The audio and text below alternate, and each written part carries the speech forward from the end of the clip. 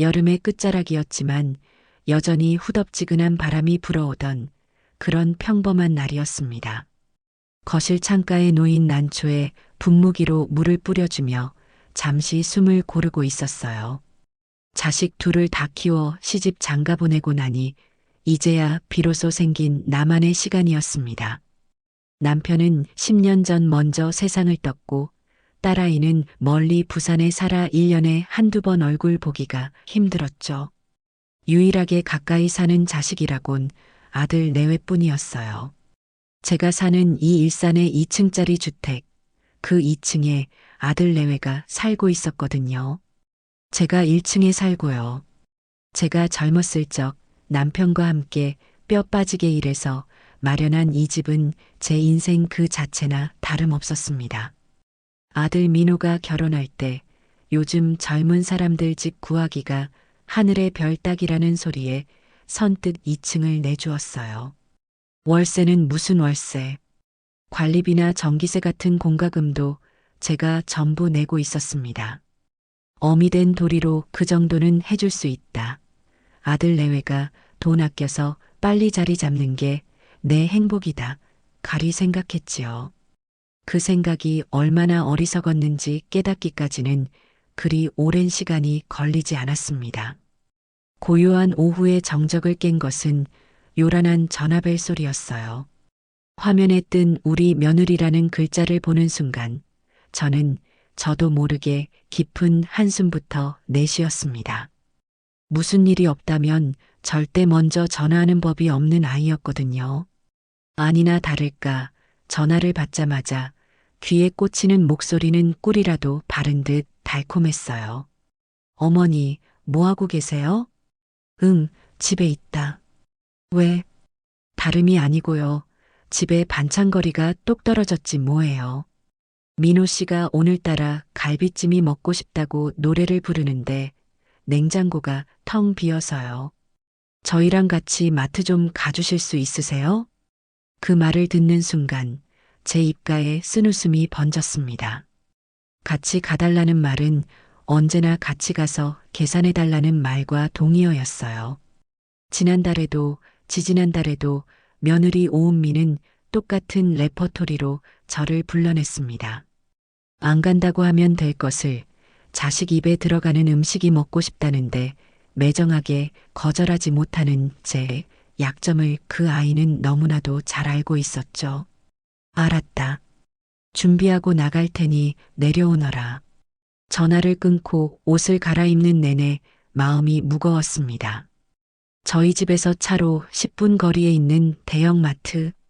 그곳은 제게 즐거운 쇼핑 공간이 아니라 아들 내외의 욕심을 제 지갑으로 채워 넣어야 하는 의무의 공간이 된 지 오래였어요.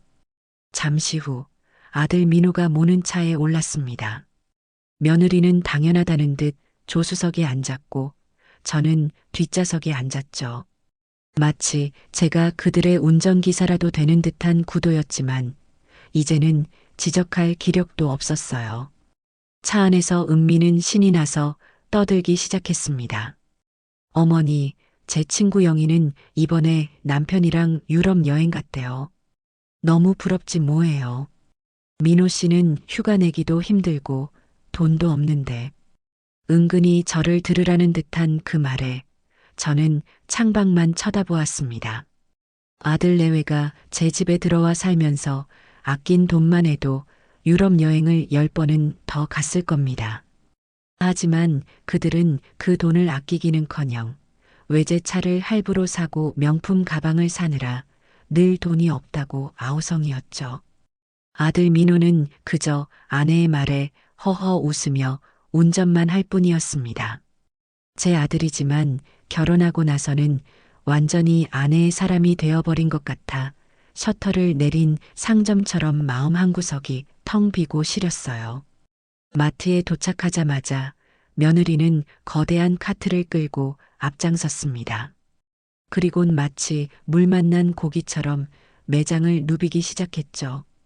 어머니, 요즘은 유기농으로 먹어야 건강에 좋은 거 아시죠? 채소는 다 이걸로 사야 해요. 아이고, 민호 씨는 한우 아니면 질겨서 잘 못 먹어요. 이왕 먹는 거 좋은 고기로 먹어야죠. 은미는 카트에 물건을 담으며 일일이 저에게 자기 행동의 타당성을 설명했지만 그건 설명이 아니라 통보에 가까웠습니다. 제가 그건 너무 비싸지 않니? 라고 한마디라도 할라치면 에이, 어머니. 요즘 세상에 누가 그런 거 따져요. 다 건강 생각해서 먹는 거죠라며 제 말을 구시대의 잔소리로 만들어버렸어요. 카트에는 어느새 수입 포도, 유기농 채소, 1등급의 한우, 비싼 와인까지 담겨 있었습니다. 제가 평생 시장 바닥을 구르며 한 푼 두 푼 아껴 마련한 돈이 며느리의 손끝에서 아무렇지 않게 사라지고 있는 순간이었죠. 1시간이 넘는 쇼핑 끝에 계산대 앞에 섰을 때 제 눈앞에 찍힌 숫자는 믿을 수 없을 정도였습니다. 97만 8천 원. 제 한 달 연금보다도 많은 돈이었어요. 그 엄청난 금액 앞에서 며느리는 딴청을 부리며 자기 손톱을 보고 있었고 아들은 괜히 천장을 올려다보며 헛기침을 했습니다. 계산원의 결제 도와드리겠습니다라는 말에 저는 결국 무거운 한숨과 함께 지갑에서 카드를 꺼낼 수밖에 없었습니다. 육중한 카트를 끌고 주차장으로 나오자 갑자기 하늘이 뚫린 듯 장대비가 쏟아지기 시작했어요. 어머, 비 온다. 빨리 실어요. 며느리가 소리를 쳤고 우리는 허둥지둥 장바구니를 차 트렁크와 뒷좌석에 싣기 시작했습니다. 20kg짜리 쌀포대, 김치를 담아온 커다란 통, 과일 상자까지. 비에 젖어 물을 먹은 짐들은 평소보다 2배는 더 무겁게 느껴졌어요. 짐을 다 싣고 나니 온몸이 흠뻑 젖었고 수시는 허리를 부여잡으며 아이고, 허리야 소리가 절로 나왔습니다. 이제 차에 타서 한숨 돌리나 싶어 뒷좌석 문을 열려던 바로 그 순간이었어요. 운전석에 앉은 아들이 저를 돌아보며 말했습니다. 어머니, 저희가 갑자기 동창회에 가봐야 해서요. 먼저 가봐야 할 것 같아요.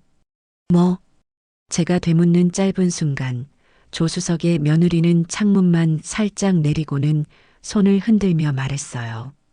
어머니는 택시 타고 오세요. 저희 진짜 급해서요. 그리고 제 대답을 들을 새도 없이 차는 매끄럽게 주차장을 빠져나가기 시작했습니다. 제 눈앞에서 제가 산 97만 8천 원어치의 물건들을 가득 실은 아들의 차가 빗속으로 사라져버렸어요.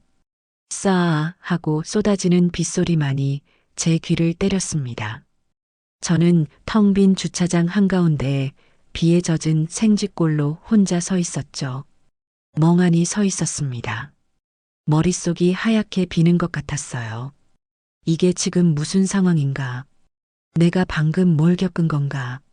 분노보다는 황당함이, 서러움보다는 기가 막힌 실소가 먼저 터져 나왔습니다. 물건은 싣고 사람은 버리고 가다니. 그것도 자기들을 낳아주고 길러준 어미를. 정신을 차리고 택시 승강장으로 향했지만 상황은 절망적이었습니다. 갑작스러운 폭우에 택시를 잡으려는 사람들이 길게 줄을 서 있었고 빈 택시는 눈을 씻고 찾아봐도 보이지 않았어요. 30분을 넘게 기다렸지만 소용이 없었습니다. 제 앞에 줄은 좀처럼 줄어들 기미를 보이지 않았죠. 그 순간 제 안에서 무언가 툭 하고 놓이는 기분이 들었어요. 그래, 기다려서 무엇하나. 이 비를 맞으며 하염없이 기다리는 내 모습이야말로 지난 수년간 아들 내외에게 기대하며 살아온 내 인생의 축소판이 아닌가. 저는 더 이상 기다리지 않기로 했습니다. 고개를 들어 집이 있는 방향을 바라보았어요. 그리고 망설임 없이 빗속을 향해 첫 발을 내디뎠습니다. 마트에서 집까지는 어른걸음으로 좋기 40분은 걸리는 거리였습니다. 빗줄기는 조금도 약해지지 않았어요. 얇은 가디건은 이미 제 몸에 들러붙어 아무런 소용이 없었고 쏟아지는 비는 제 얼굴과 머리카락을 무자비하게 후려쳤습니다. 걷기 시작한 지 얼마 되지 않아 신발 속은 질척이는 물로 가득 찼어요. 앰뷸런스 소리처럼 울부짖는 바람 소리에 귀가 먹먹했습니다. 길가의 상점 차양 밑에서 잠시 비를 피할까 생각도 했지만 그러지 않았습니다. 이 비를 온몸으로 맞아야만 했습니다. 이 지독한 처량함과 비참함을 뼈에 새겨야만 다시는 오늘 같은 어리석은 기대를 반복하지 않을 것 같았거든요. 차가운 빗물이 눈물처럼 뺨을 타고 흘렀습니다. 아들 민호를 낳았을 때의 기쁨, 그 아이가 처음 엄마라고 불렀을 때의 감격, 남편과 함께 땀 흘려 이 집을 장만했을 때의 뿌듯함, 그 모든 행복했던 기억들이 희미한 파노라마처럼 스쳐 지나갔어요. 내가 무엇을 위해 이렇게 살았나? 내 모든 것을 바쳐 키운 아들은 이제 아내의 말 한마디에 어미를 빗속에 내버리는 사람이 되어버렸는데 걸음이 점점 무거워졌습니다. 발바닥에서는 불이 나는 것 같았어요. 옆으로 쌩쌩 지나가는 차들이 흙탕물을 튀기고 갈 때마다 온몸이 움찔거렸습니다. 그 수치심과 모멸감에 제 안의 슬픔은 차츰 다른 감정으로 변해가기 시작했어요. 그것은 이가 갈릴 듯한 분노였습니다. 나를 이렇게 만든 그들을 나는 더 이상 용서할 수 없었습니다. 아니, 용서해서는 안 되는 것이었어요. 이것은 자식에 대한 사랑이 아니라 나 자신에 대한 학대였습니다. 1시간 가까이 걸었을까요? 흠뻑 젖은 몸이 추위에 덜덜 떨릴 때쯤 마침내 익숙한 우리 동네 골목이 눈에 들어왔습니다. 그리고 저 멀리 보이는 우리 집. 2층 창문에서는 따뜻한 오렌지색 불빛이 새어나오고 있었습니다. 저 불빛 아래서 그들은 편안하게 저녁을 먹고 있겠죠. 제가 사다 바친 음식으로. 그 불빛을 보는 순간 제 안의 모든 망설임이 사라졌습니다. 뜨거운 분노는 차갑게 식어 이제는 강철처럼 단단한 결심이 되어 제 가슴에 자리 잡았어요. 다리에 남은 마지막 힘을 쥐어짜 집 앞에 도착했습니다. 떨리는 손으로 현관문을 열고 안으로 들어섰어요. 축축하게 젖은 몸에서 떨어진 물이 현관 바닥에 흥건한 웅덩이를 만들었습니다. 저는 그 자리에 우두커니 서서 2층으로 올라가는 계단을 노려보았습니다. 더 이상 저 계단은 내 아들이 사는 공간으로 가는 통로가 아니었습니다. 내 인생을 갉아먹는 기생충들의 소굴로 가는 입구일 뿐이었죠. 저는 젖은 옷도 갈아입지 않았습니다. 몸에서 느껴지는 한기와 불편함이 오히려 제 결심을 더욱 확고하게 만들어 주었어요. 곧장 거실로 걸어가 수화기를 들었습니다. 그리고 익숙한 번호를 눌렀죠. 제 집 근처에 있는 부동산 사장님의 번호였습니다. 신호가 몇 번 울리고 사장님의 목소리가 들려왔습니다. 네, 사장님. 저예요. 제 목소리는 놀라울 만큼 차분하고 단단했습니다. 제 안에 얼어붙었던 그 얼음이 이제는 결심이라는 이름의 날카로운 칼날이 되어 있었습니다. 다른 게 아니고 우리 집 2층 월세 내놓으려고요. 내일 아침에 바로 좀 와주세요. 좋은 세입자 빨리 구해줬으면 좋겠습니다. 이것은 화풀이가 아니었습니다. 이것은 제 남은 인생을 되찾기 위한 제 자신과의 약속이자 그들에게 보내는 조용한 선전포고였습니다. 빗소리가 여전히 창밖을 때리고 있었지만 제 마음은 그 어느 때보다 고요하고 명확해졌어요. 그날 마트 주차장에서 저는 아들 내외를 잃은 것이 아니라 제 자신을 되찾을 기회를 얻은 것이었습니다. 날이 밝자마자 저는 어젯밤에 했던 다짐을 실행에 옮기기로 했습니다. 옷장에서 가장 반듯한 외출복을 꺼내 입고 옅게 화장까지 했어요. 초라한 모습으로 보이고 싶지 않았습니다. 이건 감정적인 화풀이가 아니라 내 재산을 지키고 내 남은 인생의 존엄을 되찾기 위한 정당한 권리 행사니까요. 아침 9시가 되자마자 저는 집을 나섰습니다. 목적지는 동네에서 가장 오래되고 신용 있는 일산 부동산이었어요. 문을 열고 들어서자 안경을 쓴 김 사장님이 저를 보고 반갑게 일어섰습니다. 어이구, 어머님. 어쩐 일이세요? 집이라도 알아보시는 거예요? 집은 무슨, 내 집 때문에 왔어요. 저는 소파에 앉으며 단도직입적으로 말했습니다. 제 목소리가 저도 모르게 딱딱하게 나가는 것을 느꼈어요. 사장님, 우리 집 2층 월세로 내놓으려고요. 그 말에 김 사장님의 표정이 순간 굳어졌습니다. 동네에서 오래 부동산을 했으니 제 집에 아들 내외가 산다는 것쯤은 당연히 알고 있었죠. 네, 2층이요? 아드님 사시는 데 아니에요? 어디 좋은 데로 이사라도 가나 보죠? 아니요. 이사 가는 거 아니에요. 이제 안 살 거예요. 그러니까 좋은 세입자 있으면 좀 알아봐 주세요. 제 단호한 말에 김 사장님은 무언가 심상치 않은 일이 있음을 직감한 듯 보였습니다. 그는 조심스럽게 물었어요. 어머님, 혹시 아드님이랑 무슨 안 좋은 일이라도 있으셨어요? 그래도 자식인데 갑자기 나가라고 하면 좀. 그의 말이 끝나기도 전에 제가 말을 잘랐습니다. 사장님, 저는 지금 사장님한테 제 가정사 상담하러 온 게 아니에요. 집주인으로서 내 집을 새놓으러 온 겁니다. 새를 놓을 수 있는지 없는지, 시세는 얼마나 받을 수 있는지, 그것만 알려주시면 돼요. 제 싸늘한 태도에 김 사장님은 더 이상 아무것도 묻지 않았습니다. 그는 잠시 컴퓨터로 무언가를 뒤적이더니 입을 열었어요. 어머님 댁 2층이면 방 3개에 화장실도 따로 있고 현관도 분리되어 있으니 새놓기에는 아주 좋죠.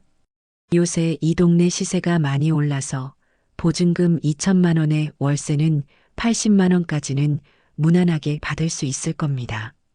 집 보러 올 사람들은 줄을 설 거예요. 보증금 2천에 월 80. 그 숫자가 제 귀에 선명하게 박혔습니다. 제가 그동안 아들 내외에게 공짜로 베풀었던 것들이 매달 80만 원의 가치를 지닌 것이었다는 사실을 새삼 깨달았어요. 그 돈이면 제가 지금 받는 쥐꼬리만 한 연금보다도 훨씬 큰 돈이었습니다. 그 돈을 받기는커녕 오히려 그들의 생활비까지 대주고 있었으니 저는 제 손으로 제 살을 깎아 먹이고 있었던 셈이죠. 그렇게 해주세요. 보증금 2천에 80. 그리고 조건이 하나 있어요.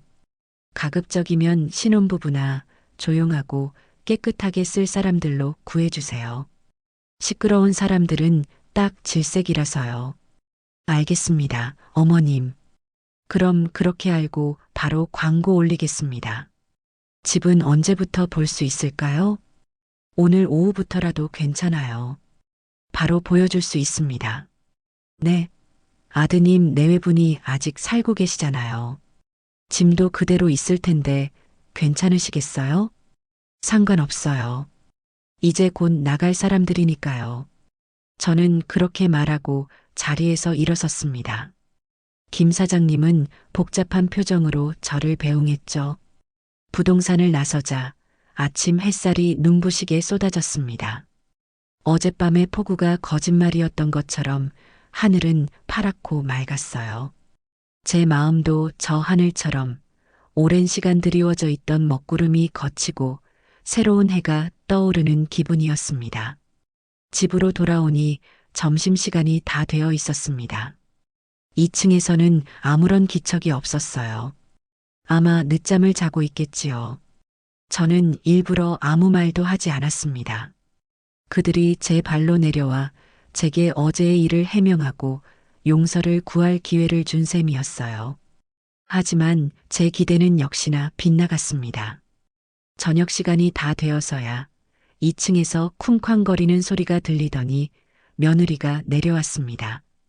얼굴에는 미안한 기색이라고는 눈곱만큼도 찾아볼 수 없었어요.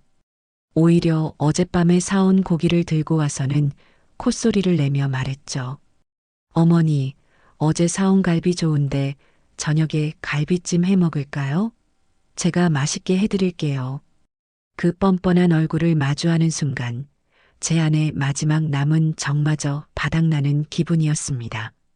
저는 며느리가 내민 고기 봉투를 쳐다보지도 않고 식탁 의자에 앉으며 말했습니다.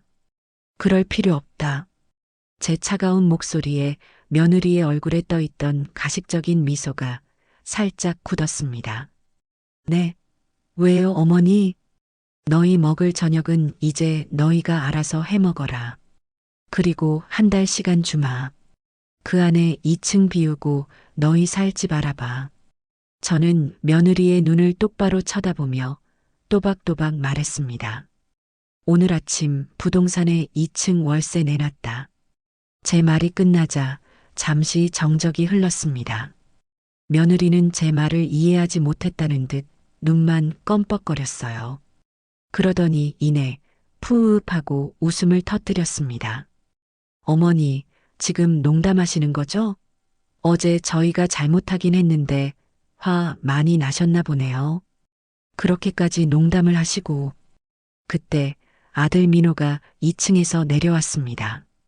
며느리의 웃음소리를 들었는지 무슨 좋은 일 있어? 하며 다가왔죠. 며느리는 아들을 보며 말했습니다. 여보, 들어봐. 어머니가 어제 일 때문에 화나셔서 우리 보고 집 나가래. 2층을 월세로 내놨다지 뭐야. 어머니도 참 농담이 너무 심하시다. 아들은 제 얼굴과 며느리 얼굴을 번갈아 보더니 멋쩍게 웃으며 제게 말했습니다. 엄마, 장난치지 마. 어제는 우리가 급한 일이 있어서 그랬어. 미안해. 앞으로는 안 그럴게. 응? 그들의 태도는 명확했습니다. 늙은 어미가 자식들의 작은 실수에 토라져 부리는 심술 정도로 여기고 있었어요. 제가 평생을 그들에게 져주고 그들의 뜻에 맞춰 살아왔으니 이번에도 며칠 화내다 말 것이라고 굳게 믿고 있는 것이었죠. 그 오만한 믿음이 제 결심을 더욱 불타오르게 만들었습니다. 저는 자리에서 일어섰습니다. 그리고 아들과 며느리를 향해 제 평생 처음으로 싸늘하고 위압적인 목소리로 말했어요. 내가 지금 장난하는 것처럼 보이니? 제 목소리에는 조금의 온기도 실려 있지 않았습니다. 어제 너희가 나를 빗속에 버리고 갔을 때 너희와 나의 인연도 함께 버려진 거다. 이 집은 내 집이다. 내 평생을 바쳐 마련한 내 재산이야. 너희에게 공짜로 살게 해준 것만으로도 나는 어미로서의 도리를 다했다. 그런데 너희는 자식으로서의 도리를 다했는가? 저는 한 걸음 더 다가가 아들에게 물었습니다. 민호야, 너는 어미를 빗속에 버려두고 동창의 술자리가 더 중요했니? 이 어미가 100만 원 가까이 돈을 써서 사준 물건들을 차에 싣고 가면서 단 한순간이라도 미안한 마음이 들지 않았어? 아들은 제 기세에 눌려 아무 말도 하지 못하고 고개만 숙였습니다. 며느리는 여전히 상황 파악이 안 되는지 팔짱을 낀 채 불만스러운 표정으로 저를 쳐다보고 있었어요. 어머니, 저희가 잘못한 건 알겠는데요. 그래도 어떻게 집을 나가라고까지 하세요. 너무 심하시잖아요. 심해? 정말 심한 게 뭔지 아직 모르는구나. 너희가 지난 몇 년간 내 집에서 공짜로 살면서 아낀 돈이 얼마인 줄은 아니? 그 돈으로 너희는 외제차를 사고 명품을 사면서 이 늙은 어미에게는 생활비 한 푼 보태준 적이 없어. 오히려 매번 나를 불러내 너희 배를 채웠지. 그게 심한 거다. 제 말은 날카로운 비수가 되어 그들의 가슴에 꽂혔습니다. 하지만 그들은 아파하기는커녕 오히려 자신들의 행동을 합리화하기 시작했어요. 저희가 언제 돈을 달라고 했어요? 어머니가 좋아서 해주신 거잖아요. 그리고 민호 씨가 어머니의 아들인데 아들이 부모 집에 사는 게 뭐 그리 큰 죄라고 이러세요? 며느리의 적반하장식 태도에 저는 더 이상 말을 섞을 가치조차 느끼지 못했습니다. 그래, 내가 좋아서 했다. 그러니 이제는 내가 싫어서 그만두는 거다. 더 이상 할 말 없으니 올라가거라. 그리고 명심해. 한 달이다. 한 달 뒤에도 이 집에 있으면 그땐 내가 너희 짐 전부 길바닥에 내놓을 줄 알아라. 저는 그 말을 마지막으로 제 방으로 들어가 문을 잠가버렸습니다. 문 밖에서 아들이 엄마, 제발 하고 외치는 소리가 들렸지만 저는 대답하지 않았어요. 그들은 여전히 제가 제발이라는 말에 마음 약해질 것이라 믿고 있겠지만 어제의 저는 이미 빗속에 죽고 없었습니다. 이제 남은 것은 내 것을 지키기 위해 싸우는 집주인 서정숙뿐이었어요. 그날 밤 저는 수십 년 만에 처음으로 깊고 편안한 잠을 잤습니다. 제가 최후 통첩을 날린 후 며칠 동안 집안에는 폭풍전야 같은 긴장감이 흘렀습니다. 아들 내외는 저와 마주치는 것을 피했고 2층에서는 그들끼리 소곤거리거나 다투는 소리가 간간히 들려왔어요. 그들은 여전히 제 결심을 믿지 못하는 듯 했습니다. 설마 진짜로 내쫓으려고? 며칠 저러다 마시겠지 하는 안일한 생각에 빠져 있는 것이 분명했어요. 그들의 그 오만한 착각을 깨부숴줄 첫 번째 사건은 생각보다 빨리 찾아왔습니다.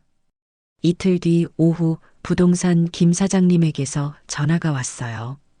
어머님, 지금 집 보러 가도 괜찮을까요? 마침 근처에 왔다는 분이 계셔서요. 네, 괜찮아요. 오시라고 하세요.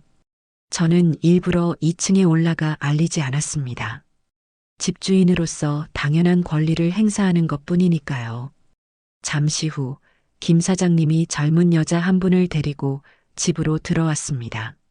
어머님, 인사하세요. 집 보러 오신 분입니다. 저는 상냥하게 웃으며 그 손님을 맞았어요. 하지만 2층으로 올라가 현관문을 두드렸을 때 문을 열고 나온 며느리의 얼굴은 싸늘하게 굳어 있었습니다. 무슨 일이세요?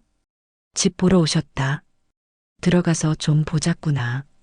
제가 말하자 며느리는 길을 비키는 대신 현관문을 가로막고 섰습니다. 그리고는 집 보러 온 손님을 위아래로 훑어보며 비아냥거리듯 말했어요. 어머, 이 집을 보러 오셨다고요? 아이고, 헛걸음하셨네. 이 집 사람 살 데가 못 돼요. 그 말에 저와 김 사장님 그리고 손님의 얼굴이 동시에 굳어졌습니다. 며느리는 아랑곳하지 않고 팔짱을 낀 채 말을 이어갔어요. 보기에는 멀쩡해 보이죠? 겨울에는 우풍이 어찌나 심한지 보일러를 하루 종일 틀어도 냉골이에요. 여름에는 또 비만 오면 벽지에 곰팡이가 시커멓게 피고요. 아, 그리고 밤마다 1층에서 시어머니가 하도 감시를 해서 사생활이라는 게 없답니다. 기가 막혔습니다. 제 집을, 그것도 자기가 공짜로 살고 있는 집을 저렇게까지 폄훼할 수 있다니. 명백한 영업 방해이자 저에 대한 인신공격이었습니다. 집 보러 왔던 손님은 안절부절 못하다가 결국 김 사장님에게 다음에 다시 올게요라는 말을 남기고 황급히 돌아가 버렸어요. 김 사장님은 난처한 표정으로 제게 고개를 숙였습니다. 어머님, 죄송합니다. 일이 이렇게 될 줄은. 아니에요. 사장님 잘못이 아니죠. 제가 해결하겠습니다. 조심히 가세요. 김 사장님을 보낸 후 저는 곧장 2층으로 다시 올라갔습니다. 며느리는 마치 승리자처럼 거실 소파에 앉아 태연하게 TV를 보고 있었어요. 제가 들어서는 것을 보고도 눈길 한 번 주지 않았죠. 저는 거실 한가운데로 걸어가 TV 전원을 꺼버렸습니다. 그제야 며느리가 신경질적으로 저를 쳐다봤어요. 지금 뭐 하시는 거예요? 너야말로 지금 뭐 하는 거니? 이게 무슨 짓이야? 무슨 짓이긴요. 사실을 말한 것뿐인데요.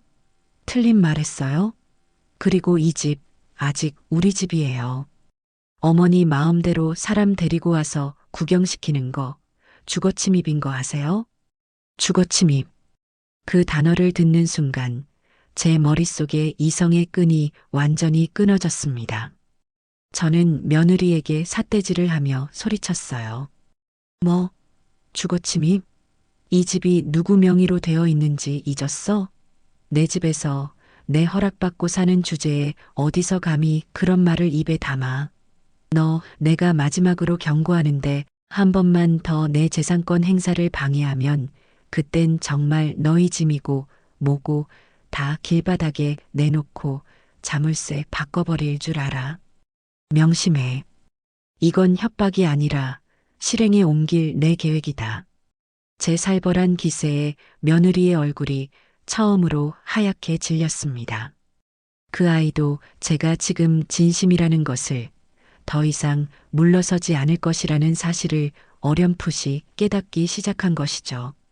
그날 저녁 저는 더 이상 말로만 해서는 안 되겠다는 확신을 굳혔습니다. 그들에게는 감정에 호소하는 것보다 법이라는 차가운 현실을 보여주는 것이 훨씬 효과적이라는 것을 깨달았어요. 다음 날 저는 수소문 끝에 법무사 사무실을 찾아갔습니다. 법무사는 제 이야기를 잠자코 듣더니 고개를 끄덕이며 말했어요. 어머님 잘 생각하셨습니다.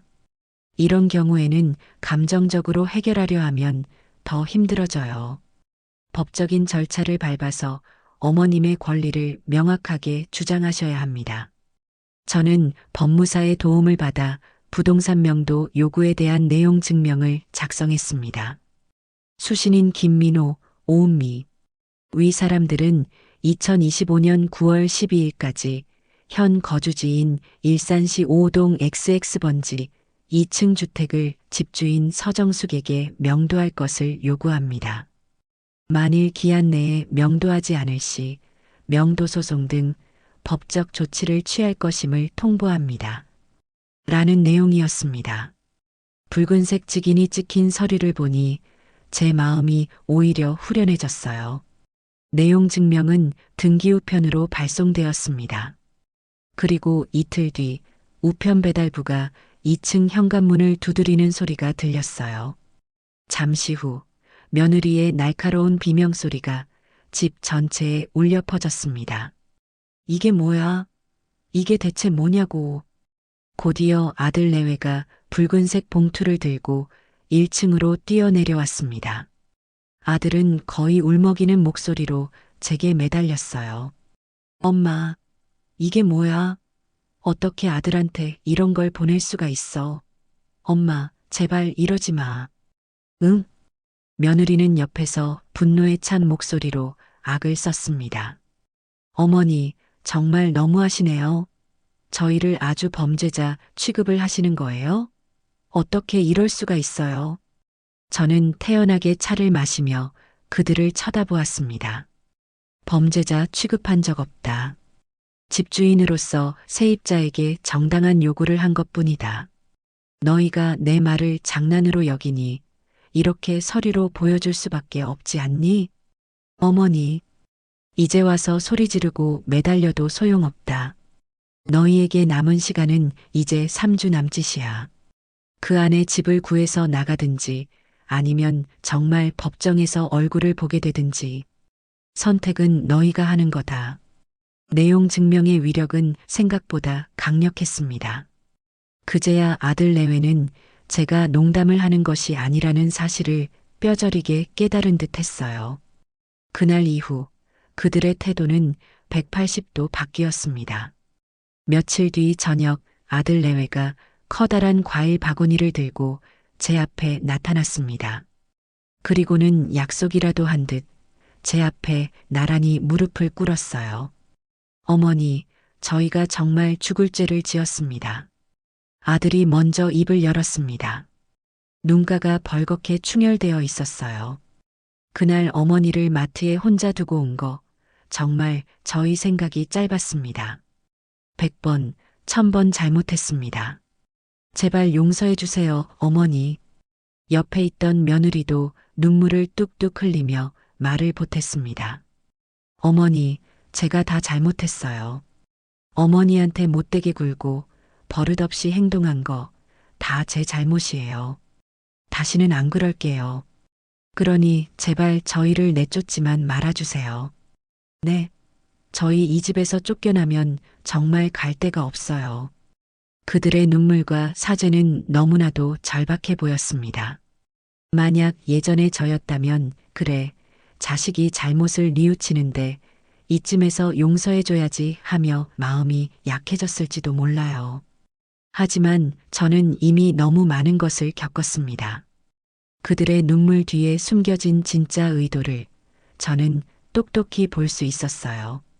그건 진정한 반성이 아니었습니다. 당장 길바닥에 나앉게 될지도 모른다는 공포심에서 비롯된 가식적인 연기일 뿐이었죠. 저는 차가운 눈으로 무릎 꿇고 있는 그들을 내려다보며 말했습니다.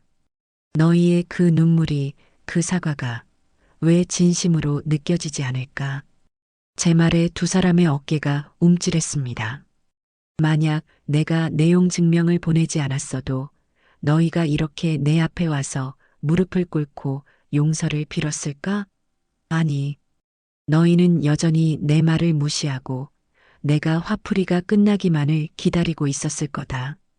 너희가 두려운 건 내가 받은 상처가 아니라 너희가 잃게 될 이 안락한 집 아니니? 전곡을 찔린 두 사람은 아무 말도 하지 못했습니다. 일어나거라. 너희의 그 값싼 연기는 더 이상 보고 싶지 않다. 내 결정은 바뀌지 않아. 남은 시간 동안 집이나 깨끗하게 쓰고 나갈 준비나 하거라.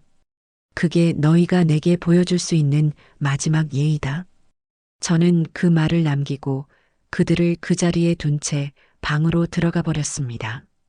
문 밖에서 며느리의 악에 바친 울음소리가 들려왔지만 제 마음은 조금도 흔들리지 않았어요. 진짜 싸움은 이제부터 시작이라는 것을 저는 직감하고 있었습니다. 아들 내외의 가식적인 사과쇼가 끝난 후 집안의 공기는 더욱 싸늘하게 얼어붙었습니다. 그들은 더 이상 제게 매달리거나 애원하지 않았어요. 대신 조용히 그러나 악의적으로 저를 괴롭히기 시작했습니다.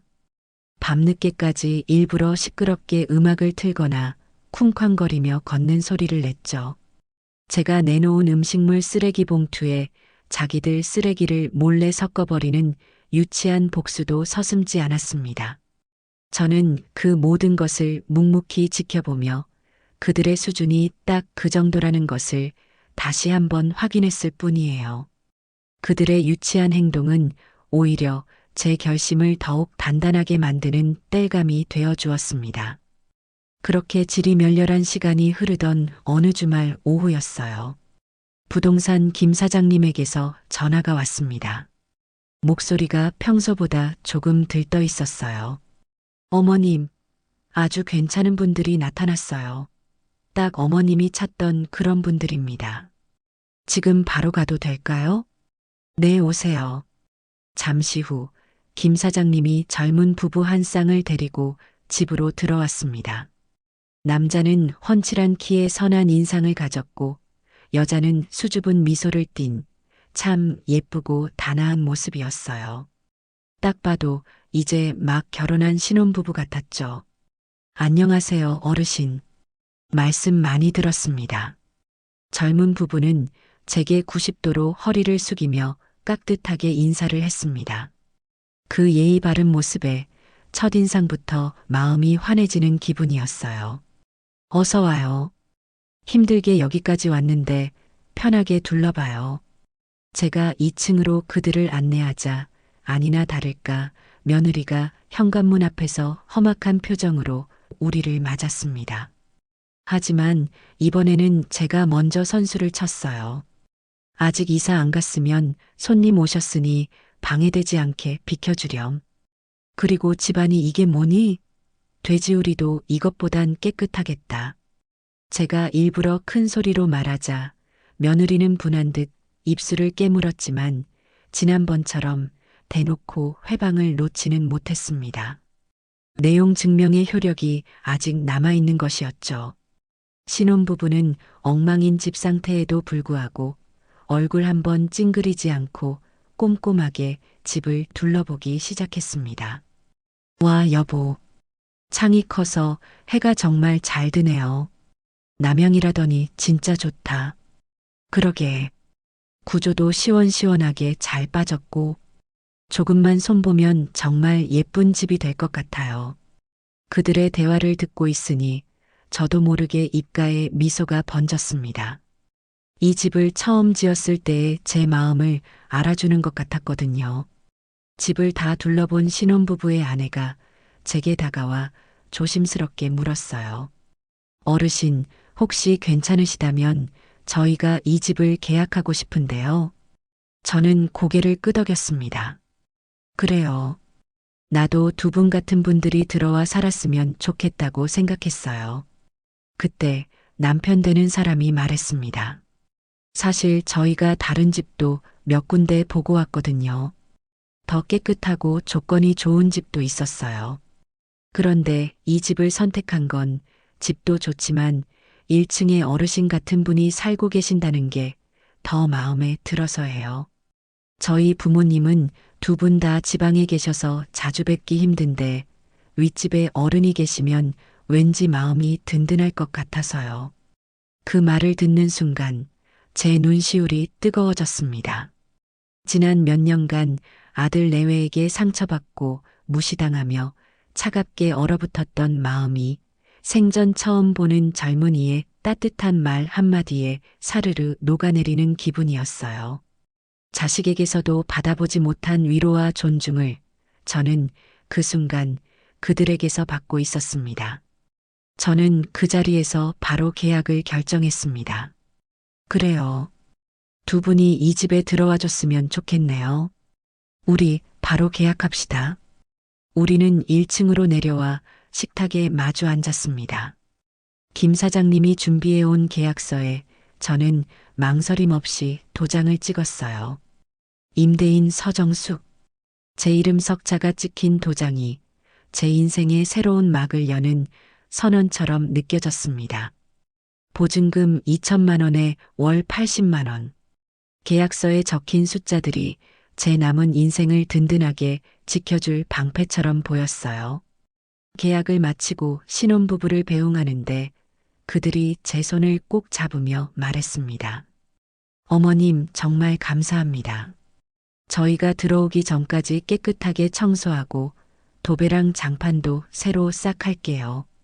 어머님 사시는데 불편함 없도록 저희가 더 신경 쓰겠습니다. 아니에요. 뭘 그런 것까지. 두 분이 행복하게만 살아주면 나는 더 바랄 게 없어요. 그들을 보내고 집으로 들어오는데 발걸음이 구름 위를 걷는 것처럼 가벼웠습니다. 오랜 시간 어깨를 짓누르던 무거운 짐을 마침내 내려놓은 기분이었어요. 저는 소파에 앉아 잠시 숨을 골랐습니다. 그리고 스마트폰을 들었어요. 더 이상 망설일 필요가 없었습니다. 저는 아들에게 보낼 문자 메시지를 작성하기 시작했어요. 길게 쓸 필요도 없었죠. 필요한 말만 간결하고 명확하게. 오늘부로 2층 월세 계약했다. 새로운 세입자 이사 날짜는 다음 달 12일이다. 그 전날까지 짐 모두 빼라. 만약 그날까지 짐이 남아있으면 모두 창고로 보낼 테니 그리 알아라. 전송 버튼을 누르는 제 손가락에는 조금의 떨림도 없었습니다. 이것은 더 이상의 협상은 없다는 나의 최종 선고이자 그들에게 베푸는 마지막 잡이었습니다. 창고로 보낼 시간을 주는 것만으로도 저는 어미로서의 도리를 다했다고 생각했어요. 문자를 보낸 지 1분도 채 되지 않아 2층에서 쿵쾅거리는 소리와 함께 며느리의 비명 소리가 들려왔습니다. 곧이어 아들이 헐레벌떡 1층으로 뛰어내려왔죠. 그의 얼굴은 사색이 되어 있었습니다. 그는 제 앞에 오자마자 털썩 소리를 내며 바닥에 주저앉았습니다. 그리고는 제 바지가랑이를 붙잡고 울부짖기 시작했어요. 엄마, 진짜 계약했어? 진짜야? 엄마, 제발. 내가 잘못했어. 내가 진짜 다 잘못했어. 제발 한 번만 봐줘. 우리 어디 가서 살라고 이래. 길거리에 나 앉으라는 말이야? 하지만 그의 눈물은 더 이상 제 마음에 아무런 파문도 일으키지 못했습니다. 저는 차갑게 그를 내려다보며 말했어요. 이제 와서 울어도 소용없다. 기회는 충분히 줬어. 너희가 그 기회를 걷어찬 거지. 그때 뒤따라 내려온 며느리가 제게 악을 쓰며 달려들었습니다. 어머니, 진짜 독하시네요. 아들한테 어떻게 이럴 수가 있어요. 이 집, 우리 민호 씨도 권리가 있는 거 아니에요? 어머니 돌아가시면 어차피 우리 건데 그걸 못 참고 월세를 받으시려고요? 며느리의 그 마지막 말에 저는 실소를 터뜨렸습니다. 권리, 너희가 가질 수 있었던 유일한 권리는 내 자비심이었다. 그리고 그 자비심은 너희가 나를 빗속에 버린 그날 너희 스스로 내던져 버린 거고, 그리고 하나 더 알려주지. 이 집, 내가 죽어도 너희에게 한 평도 물려줄 생각 없다. 내가 이 집을 팔아서 여행을 다니며 다 쓰든지 아니면 전부 사회에 환원하든지 그건 내 마음이다. 그러니 이제 헛된 꿈은 버리거라. 제 말에 아들과 며느리는 완전히 넋이 나간 표정이었어요. 그들은 그제야 깨달았을 겁니다. 자신들이 잃은 것이 단순히 공짜로 살던 집뿐만이 아니라는 것을. 그들은 자신들의 가장 든든한 울타리였던 어머니를, 그리고 그 어머니가 베풀어 줄 수 있었던 모든 것을 한순간에 잃어버린 것이었습니다. 저는 바닥에 주저앉아 있는 아들과 망연자실한 표정으로 서 있는 며느리를 뒤로하고 제 방으로 들어왔습니다. 창밖을 보니 어느새 해가 지고 있었어요. 붉은 노을이 온 세상을 물들이고 있었어요. 제 인생의 굳은 장마가 끝나고 마침내 아름다운 노을이 찾아온 것만 같았어요. 길고 길었던 하루가 그렇게 저물고 있었습니다. 제 최종 선고를 듣고 2층으로 올라간 아들 내외의 세계는 그날로 완전히 무너져 내린 듯 했습니다. 그날 밤 2층에서는 제 평생 들어본 적 없는 격렬한 소음이 터져 나왔어요. 며느리의 찢어질 듯한 비명과 무언가 부서지고 깨지는 소리, 그리고 그 사이를 간신히 비집고 나오는 아들의 처절한 울음소리가 뒤섞여 마치 지옥의 아수라장을 옮겨놓은 것만 같았죠. 저는 불을 끈 채 1층 거실 소파에 앉아 그 모든 소리를 하나도 빼놓지 않고 들었습니다. 심장이 뛰거나 불안하지 않았어요. 오히려 제 마음은 기이할 정도로 고요했습니다. 저것은 그들이 스스로 만든 현실의 비명이었고, 저는 더 이상 그들의 무대에 관객으로 참여할 생각이 없었기 때문이에요. 다음 날 아침 2층은 쥐 죽은 듯 조용했습니다. 문 밖으로 나서는 기척도 없었어요. 그러다 점심시간이 다 되어서야 아들이 비틀거리며 1층으로 내려왔습니다. 그의 몰골은 그야말로 처참했어요. 밤새 아내에게 시달렸는지 얼굴에는 긁힌 자국이 선명했고 넋이 나간 사람처럼 눈에는 초점이 없었죠. 그는 저를 보자마자 기계적으로 무릎부터 꿇으려고 했습니다. 일어서라. 제 목소리는 얼음장처럼 차가웠습니다. 내 무릎은 이제 아무런 효력이 없어.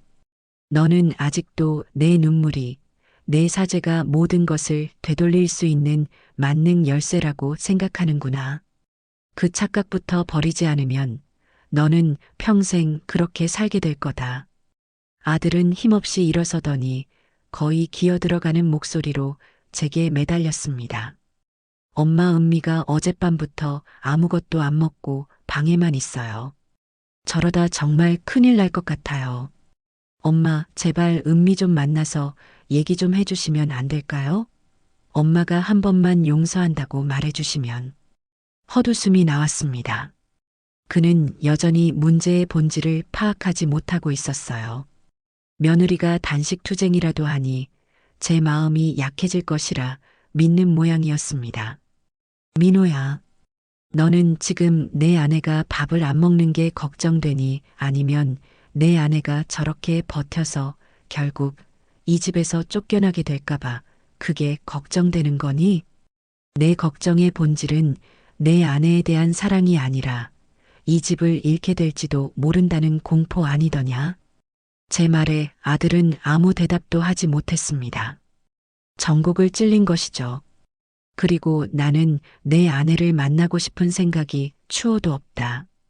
그 아이가 밥을 굶든 단식을 하든 그건 그 아이의 선택이고 그 선택의 책임도 온전히 그 아이가 져야 할 몫이야. 너는 남편으로서 아내를 설득하든지 아니면 그 선택을 존중하든지 알아서 해라. 더 이상 나를 끌어들이지 마. 엄마, 하지만 저희 정말 돈이 없어요. 당장 나간다고 해도 보증금 1,000만 원도 수중에 없단 말이에요. 엄마가 보증금이라도 조금만 제발요. 네. 그의 구차한 요구에 저는 더 이상 참을 수가 없었습니다. 돈? 그 말이 지금 내 앞에서 나올 소리니? 너희가 내 집에서 지난 5년간 공짜로 살면서 흥청망청 써버린 돈이 얼마인데? 너희가 타고 다니는 그 번쩍이는 외제차, 그거 팔면 보증금에 월세까지 낼 돈이 나오고도 남겠다. 아, 그 차도 할부가 아직 남아서 팔지도 못하는 건가? 며느리가 옷장에 가득 채워놓은 명품 가방들은 장식품이고 너희는 너희의 사치를 위해 내 등을 빨아먹고 살았어. 이제 와서 내게 돈을 달라는 건 뼈까지 발라먹겠다는 소리로밖에 들리지 않는구나. 저는 매섭게 쏘아붙이고는 뒤돌아섰습니다. 아들은 그 자리에 한참을 서 있다가 모든 희망을 잃은 사람처럼 힘없이 계단을 올라갔어요. 그날 이후 아들 내외는 현실을 직시하고 집을 알아보러 다니기 시작했습니다. 하지만 현실의 벽은 그들의 상상보다 훨씬 더 높고 차가웠어요. 주말 아침 한껏 꾸민 모습으로 집을 나섰던 그들은 저녁이 되면 언제나 폐잔병처럼 지친 얼굴로 돌아왔습니다. 그리고 밤마다 2층에서는 어김없이 그들의 절망적인 대화와 날선 다툼이 벌어졌죠. 저는 제 방 창가에 앉아 그들의 목소리를 들으며 차를 마셨습니다. 이것 봐. 우리가 가진 돈으로는 일산 시내는 어림도 없어. 강화도 쪽이나 가야 겨우 이만한 평수의 반지하를 구할 수 있다고. 뭐? 반지하? 미쳤어? 내가 그런 데서 어떻게 살아? 냄새나고 곰팡이 피는 데서 살라고? 난 절대 못 살아. 그럼 어떡해? 당신은 손가락 하나 까딱 안 하고 나 혼자 발품 팔게 만들면서 당신도 같이 좀 알아보면 어디가 덧나? 내가 왜? 이 사다를 만든 게 누군데? 당신이 무능해서 당신 어머니 하나. 제대로 설득 못해서 이 꼴이 난 거잖아. 애초에 결혼할 때 우리 아빠가 해준다는 집마다 하고 이런 구닥다리 2층에 들어와 살자고 한 게 누구였어. 그땐 우리 힘으로 시작하고 싶었잖아. 그리고 엄마가 이렇게까지 하실 줄은 나도 몰랐지. 몰랐다고? 당신은 평생 그렇게 당신 엄마가 오냐오냐 해주니까 세상이 다 그런 줄 알지? 진짜 바보같이 순진한 건지 멍청한 건지. 차라리 우리 아빠한테 가서 싹싹 빌어. 무릎이라도 꿇고 사위 노릇 좀 제대로 해보라고. 그들의 대화 속에서 그들 결혼 생활의 민낯이 고스란히 드러나고 있었습니다. 서로에 대한 존중이나 사랑보다는 조건과 계산으로 얽혀있던 관계. 그 관계는 무상으로 제공되는 집이라는 든든한 버팀목이 사라지자 모래성처럼 힘없이 무너져 내리고 있었어요. 며느리는 결국 최후의 발악을 시작했습니다. 제 친척들에게 전화를 돌려 저를 천하의 몹쓸 시어머니로 만드는 작전이었죠. 어느 날 오후 신우이에게서 전화가 걸려왔습니다. 목소리에는 저를 향한 원망이 가득했어요. 어떻게 된 거예요? 민호한테 전화 왔었어요. 애가 아주 죽을 상을 하고 울기만 하는데 아무리 그래도 그렇죠. 하나밖에 없는 아들인데 어떻게 길바닥으로 내몰 생각을 하세요? 동네 사람들 보기 창피하지도 않으세요? 저는 신우이의 격앙된 목소리를 잠자코 듣고 있다가 차분하게 입을 열었습니다. 아가씨, 아가씨는 제가 왜 그랬는지 이유나 들어보셨어요? 아니면 그냥 민호가 우는 소리만 듣고 저한테 전화하신 거예요? 그야 애들이 잘못했겠죠. 그래도 어른이 참으셔야죠. 오죽하면 애가 저렇게 울겠어요. 그래요. 그럼 제가 왜 그랬는지 지금부터 설명해 드릴 테니 잘 들어보세요. 저는 그날 마트 주차장에서 있었던 일을 아주 상세하게 설명했습니다. 97만 8천 원이라는 금액부터 빗속에서 1시간을 걸어온 제 처참했던 모습까지, 그리고 며느리가 제 집을 팔아먹으려고 했던 일과 그동안 저를 돈줄로만 여겼던 모든 행태를 빠짐없이 이야기했어요. 제 이야기가 길어질수록 수화기 너머의 신우이는 말이 없어졌습니다. 아가씨, 제가 지금 매정해 보이세요? 저는 제 남은 인생을 지키기 위해 싸우고 있는 것뿐이에요. 민호는 제 아들이지만 이제 그 아이 인생까지 제가 책임져 줄 수는 없어요. 그러니 아가씨도 더 이상 이 일에 관여하지 않으셨으면 좋겠네요. 이건 부탁이 아니라 경고예요. 저는 그렇게 말하고 전화를 끊었습니다. 그 후로 신우이에게서는 2번 다시 전화가 오지 않았어요. 며느리의 친정 어머니에게서 전화가 온 것은 그 다음 날이었습니다. 저는 이미 마음의 준비를 하고 있었어요. 사부인, 이게 무슨 경우 없는 짓이세요.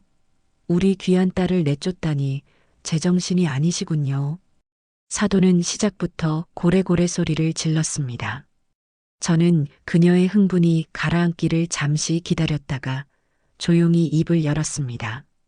사부인, 귀한 따님이 하신 짓은 알고나 전화하신 거예요? 아니면 그저 귀한 따님의 눈물만 보고 전화를 하신 건가요?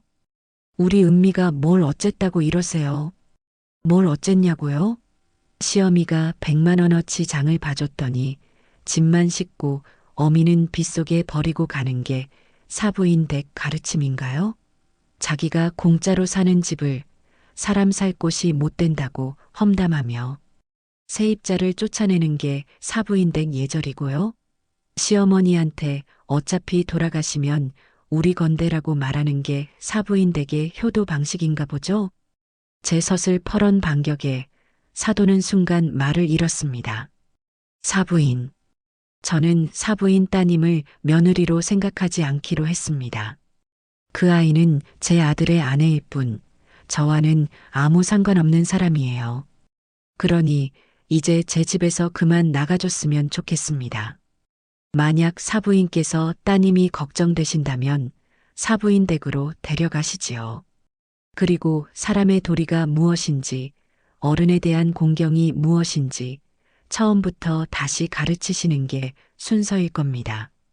제 말이 끝나자 수화기 너머에서는 거친 숨소리만 들려왔습니다. 사돈은 분을 이기지 못하는 목소리로 두고 봅시다. 한마디를 내뱉고는 전화를 끊어버렸어요.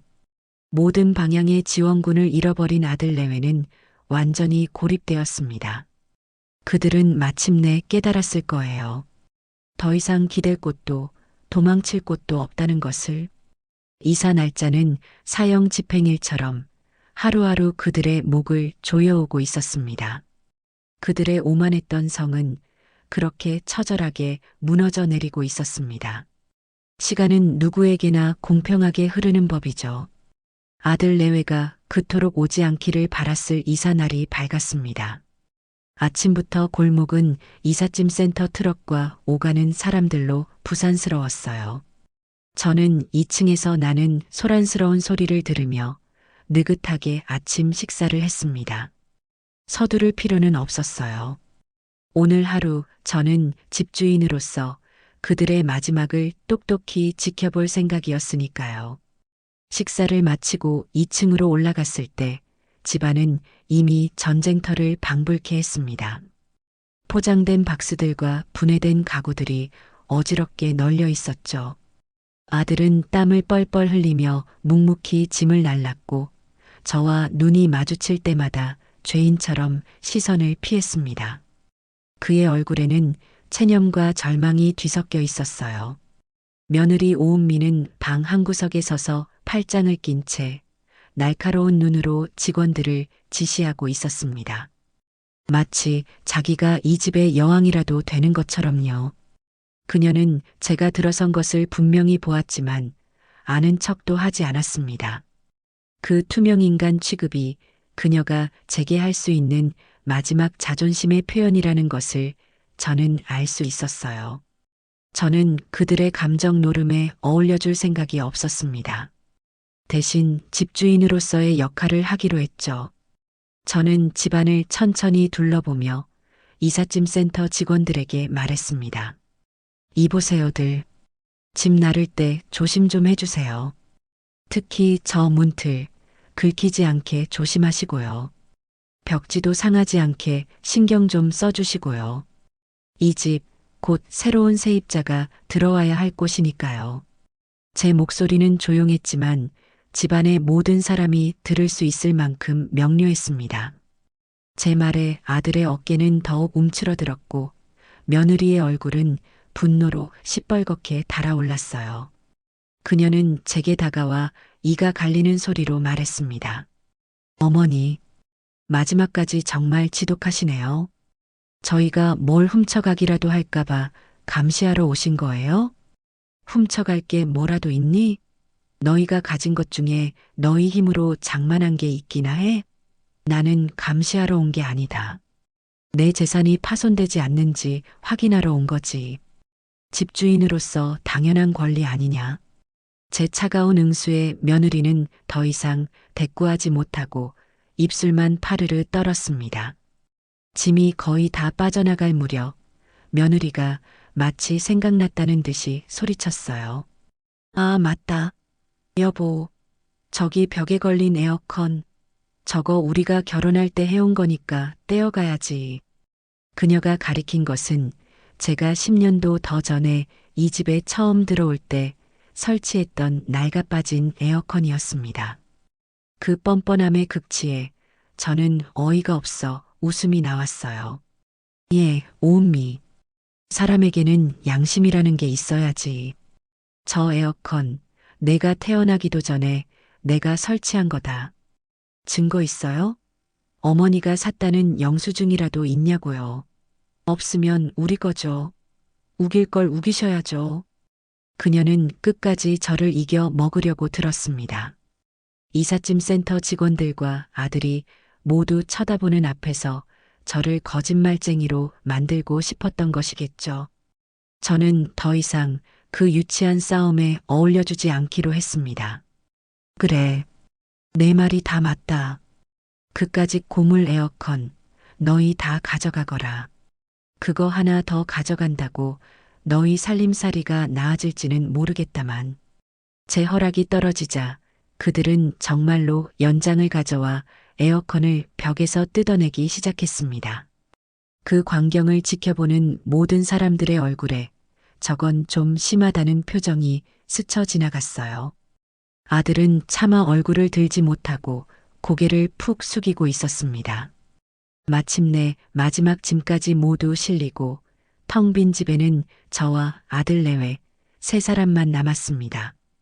아들은 트럭에 오르기 전 제 앞에 와서 잠시 머뭇거렸어요.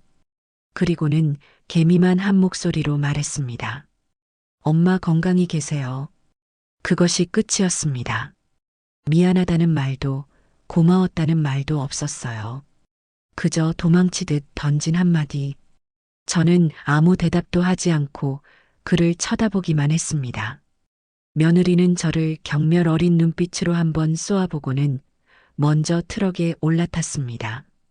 트럭이 요란한 소리를 내며 골목을 빠져나갔습니다.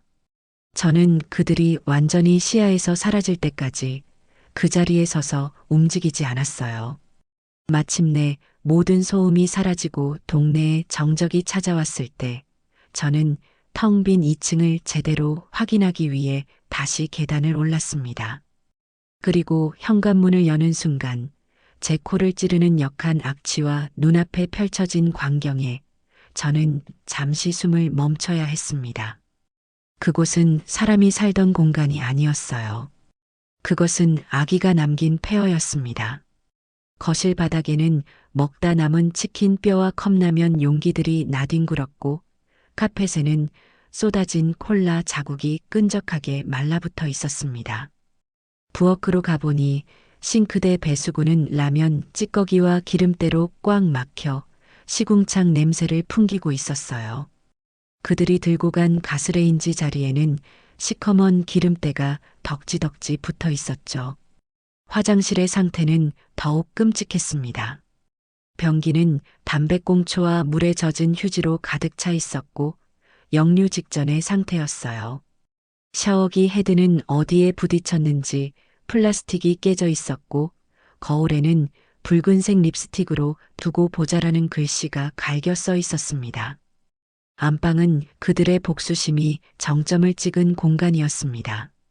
제가 아끼던 실크 벽지는 날카로운 칼로 그었는지 여러 갈래로 찢어져 너덜거렸고 새로 깐지 얼마 안 된 장판은 담뱃불로 지진 자국이 별자리처럼 박혀 있었어요. 그리고 그들이 쓰던 침대가 놓여 있던 자리 뒤의 벽. 무심코 쳐다본 그곳에는 못으로 긁었는지 망할 할망구라는 글자가 깊게 새겨져 있었습니다. 저는 그 글자를 보는 순간 온몸의 피가 차갑게 식는 것을 느꼈습니다. 분노를 넘어선 인간에 대한 깊은 환멸이 밀려왔어요.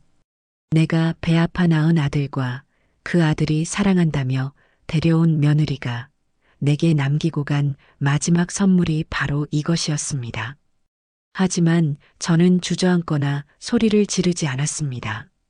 오히려 이상할 정도로 머리가 맑아졌어요. 그래, 이것이 너희의 본 모습이구나. 이것이 너희의 수준이구나. 나는 이 증거를 똑똑히 남겨두어야 한다. 저는 스마트폰을 꺼내 그 모든 참상의 흔적들을 하나도 빼놓지 않고 사진으로 기록하기 시작했습니다. 찢어진 벽지, 막힌 변기, 바닥에 담뱃불 자국, 그리고 벽에 새겨진 저주까지. 수십 장의 사진을 찍는 동안 제 손은 조금도 떨리지 않았어요. 사진 촬영을 마친 후 저는 곧바로 전문가들을 호출했습니다. 특수 청소업체, 배관 설비업체, 그리고 인테리어 가게까지. 다음 날 집을 방문한 전문가들은 하나같이 혀를 내둘렀습니다.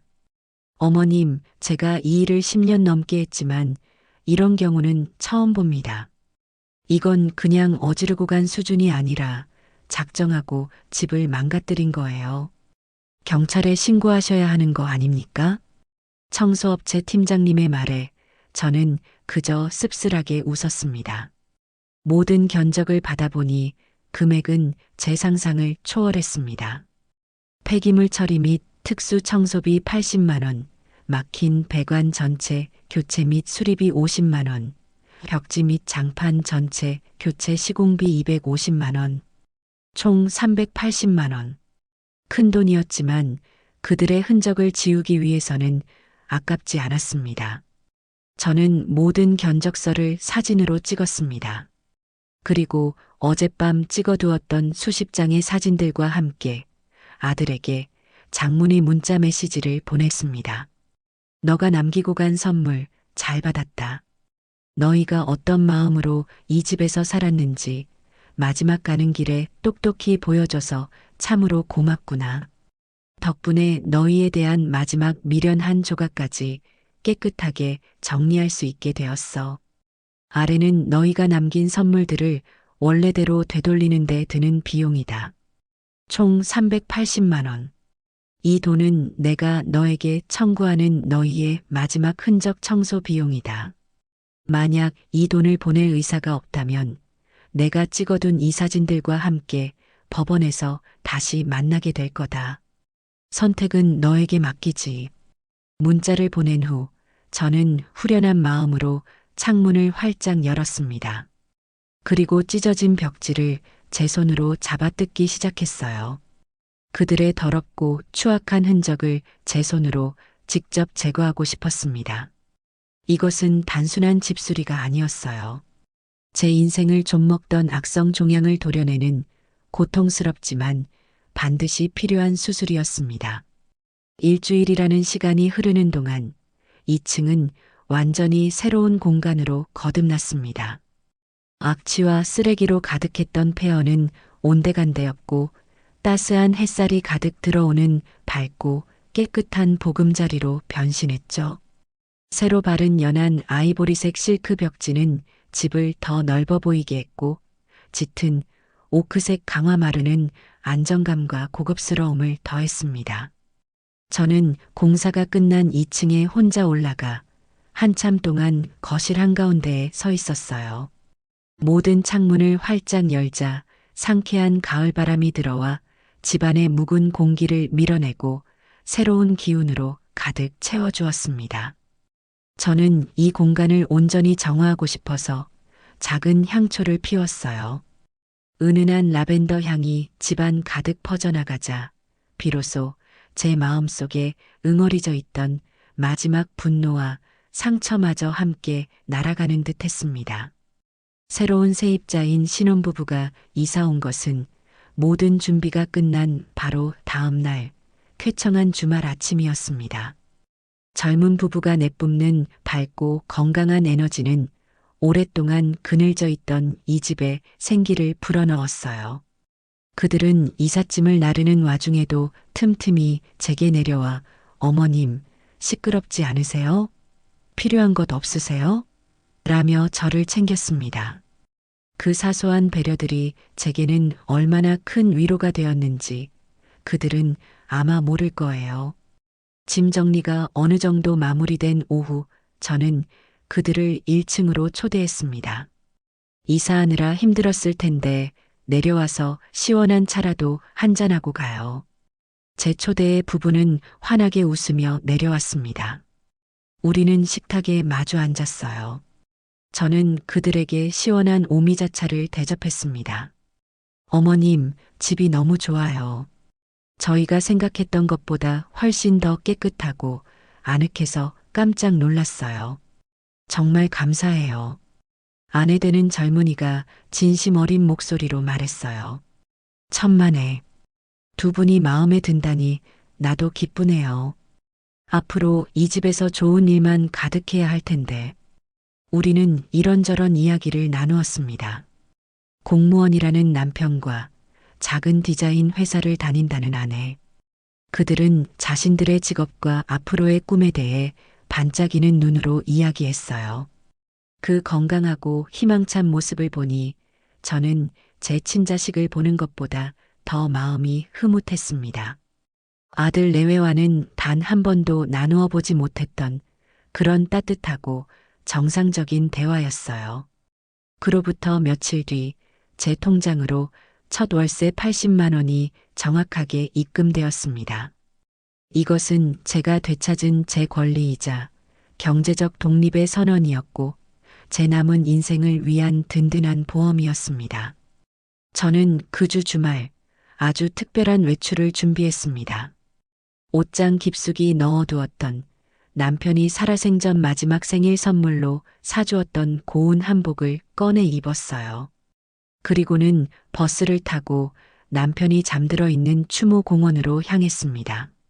남편의 사진 앞에 국화꽃 한 다발을 내려놓고 저는 조용히 말을 걸었어요. 여보, 나왔어요. 당신이 하늘에서 다 지켜보고 있었죠? 나 아주 힘든 시간을 보냈는데 이제 다 괜찮아졌어요. 우리 아들 그 녀석이 어미 가슴에 대못을 박았지만 그래도 어쩌겠어요. 이제 제 인생은 제가 책임져야죠. 당신이 피땀 흘려 지은 우리 집, 내가 똑똑히 지켜냈어요. 그리고 오늘 그 집에서 처음으로 받은 돈으로 나 자신을 위해 무언가를 해보려고요. 당신도 응원해 줄 거죠? 남편의 사진은 여전히 온화한 미소로 저를 바라보고 있었습니다. 저는 그 미소에서 위로와 허락을 얻은 듯 한결 가벼워진 마음으로 추모공원을 나섰습니다. 그 길로 저는 곧장 백화점으로 향했습니다. 그리고는 평생 처음으로 오직 저 자신만을 위한 사치를 부렸어요. 마음에 쏙 드는 캐시미어 코트를 망설임 없이 샀고 좋은 구두도 한 켤레 샀습니다. 쇼핑을 마친 후에는 호텔 레스토랑에 들어가 창가 자리에 앉아 혼자서 우아하게 코스 요리를 즐겼어요. 처음에는 어색했지만 곧 아무렇지 않아졌습니다. 저는 이 모든 것을 누릴 자격이 충분했으니까요. 제 삶은 그렇게 조금씩 하지만 확실하게 제자리를 찾아가고 있었습니다. 주민센터 요가 교실에 꾸준히 나가면서 굳어있던 몸이 유연해졌고 그곳에서 만난 친구들과 함께 맛집을 찾아다니고 영화를 보는 즐거움도 알게 되었어요. 2층 신혼부부와의 관계는 나날이 더욱 돈독해졌습니다. 제가 김장이라도 하는 날이면 아내 되는 젊은이가 내려와 자기 일처럼 팔을 걷어붙이고 도와주었고 그들은 주말마다 저를 불러 함께 저녁을 먹자고 청했어요. 어머님, 저희가 맛있는 밀푀유 나베를 해봤는데 내려오셔서 같이 드세요. 그들의 따뜻한 초대에 저는 잊고 있던 가족의 온기를 다시 느끼곤 했습니다. 혈연으로 맺어진 가족에게서는 받지 못했던 위로와 행복을 저는 새로운 이웃에게서 받고 있었던 것이죠. 아들에게서는 그 이후로 아무런 연락이 없었습니다. 그가 380만 원을 보냈는지 아닌지는 확인하지 않았어요. 더 이상 그와 돈 문제로 얽히고 싶지 않았기 때문입니다. 다만 가끔 모르는 번호로 전화가 걸려오곤 했습니다. 받으면 아무 말 없이 거친 숨소리만 들리다가 끊어지곤 했는데 저는 그것이 아들이라는 것을 직감할 수 있었어요. 하지만 저는 단 한 번도 먼저 말을 걸거나 그 번호로 다시 전화를 걸지 않았습니다.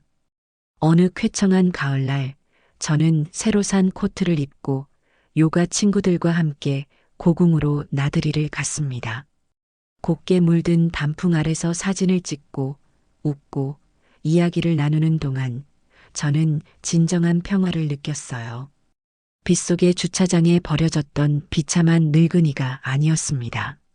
아들에게 상처받고 끙끙 앓던 불쌍한 어머니도 아니었어요. 저는 그저 내 인생의 가을을 온전히 즐기고 있는 건강하고 행복한 한 사람, 서정숙이었습니다. 그 사실이 그 무엇보다도 저를 자유롭게 만들었습니다. 시간이라는 약은 때로는 상처를 무디게도 하지만 어떤 경우에는 골마있던 환부를 더욱 확실하게 드러내주기도 합니다. 아들 내외가 제 집에서 쫓겨나듯 이사한 지 반년이라는 시간이 흘렀어요. 그동안 제 삶에는 많은 변화가 있었어요. 매일 아침 요가 학원에 가서 땀을 흘리는 것으로 하루를 시작했고 그곳에서 만난 마음 맞는 친구들과 함께 웃고 이야기하는 시간이 늘어났죠. 2층의 신혼부부는 이제 친자식보다 더 살갑게 저를 챙겼고 제 통장에는 매달 꼬박꼬박 80만 원의 월세가 쌓여갔습니다. 제 인생에서 그토록 바라던 평화가 마침내 제 곁에 잔잔한 호수처럼 머물고 있었어요. 반면 아들 내외의 삶은 제가 예상했던 것보다 훨씬 더 빠른 속도로 나락을 향해 굴러가고 있는 듯 했습니다. 처음에는 그들의 소식을 알 길이 없었어요. 저 또한 굳이 알려고 하지 않았죠. 하지만 세상사라는 것이 특히 좋지 않은 소문이라는 것은 원치 않아도 어떻게든 귀에 들어오게 마련이더군요. 어느 날 시누이에게서 전화가 걸려왔습니다. 반년 전 저를 매정하다고 몰아세우던 때와는 사뭇 다른 조심스럽고 걱정이 가득한 목소리였어요. 잘 지내시죠?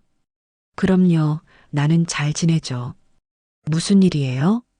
다름이 아니라 혹시 민호 소식 들으셨어요? 아니, 그 애랑 연락 안 한 지 한참 됐어요. 무슨 일 있어요?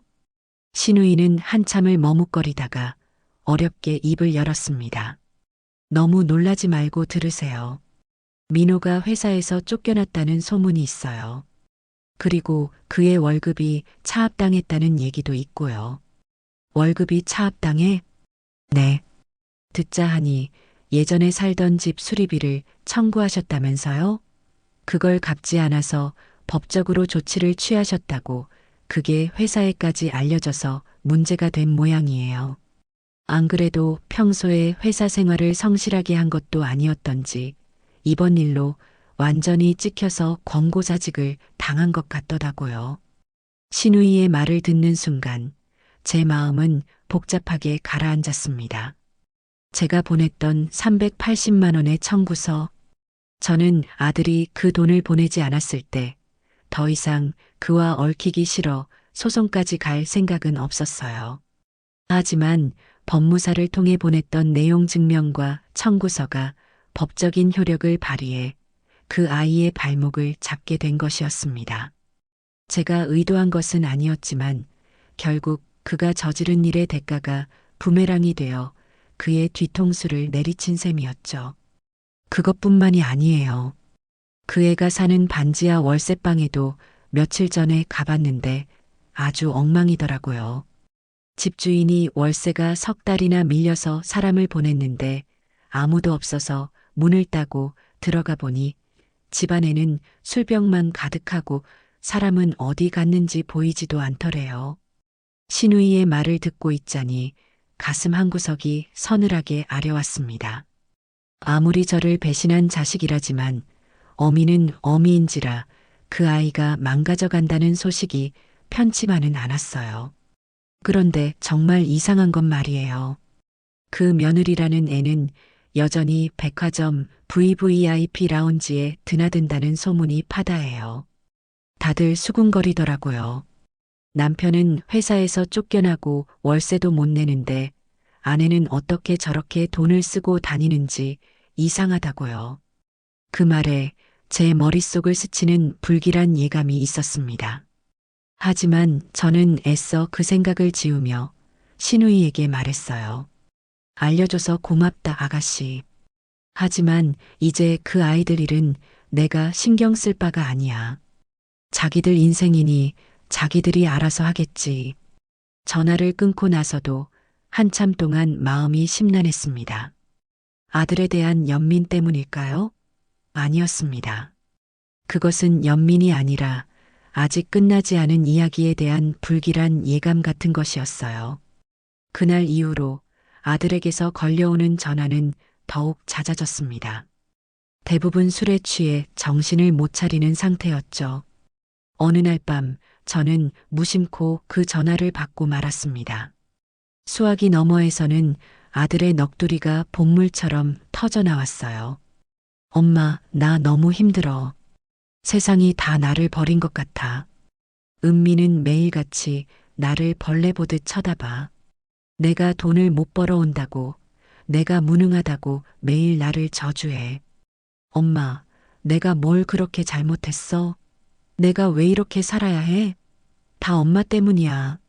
엄마가 우리를 내쫓지만 않았어도 우리가 이렇게까지 되지는 않았을 거잖아. 그는 저를 원망하고 자기 아내를 원망하고 세상을 원망했습니다. 그 긴 넋두리 속에서 자신의 잘못을 반성하는 말은 단 한마디도 찾아볼 수 없었어요. 저는 그의 자기 연민으로 가득 찬 술주정을 잠자코 끝까지 들어주었습니다. 그리고 그의 말이 끝났을 때 조용히 말했죠. 그래서 너는 앞으로도 계속 그렇게 남 탓만 하면서 살 거니? 너가 불행한 건 내가 너를 내쫓았기 때문이 아니야.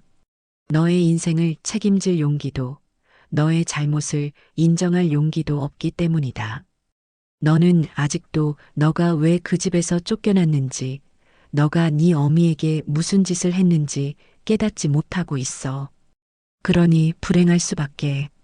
저는 한숨을 쉬며 말을 이었습니다. 민호야, 술 마실 시간에 내일 아침에 일어나서 무엇을 할지 고민하는 게 어떻겠니? 너가 지금 해야 할 일은 너의 인생의 운전대를 다시 너의 손으로 잡는 거다. 언제까지 남이 운전해주는 차 뒷좌석에 앉아서 길이 험하다고 투정만 부리고 있을 수는 없지 않으냐. 저는 그 말을 끝으로 전화를 끊었습니다. 그날 밤 저는 아들 때문에 잠을 설쳤어요. 그 아이가 불쌍해서가 아니었습니다.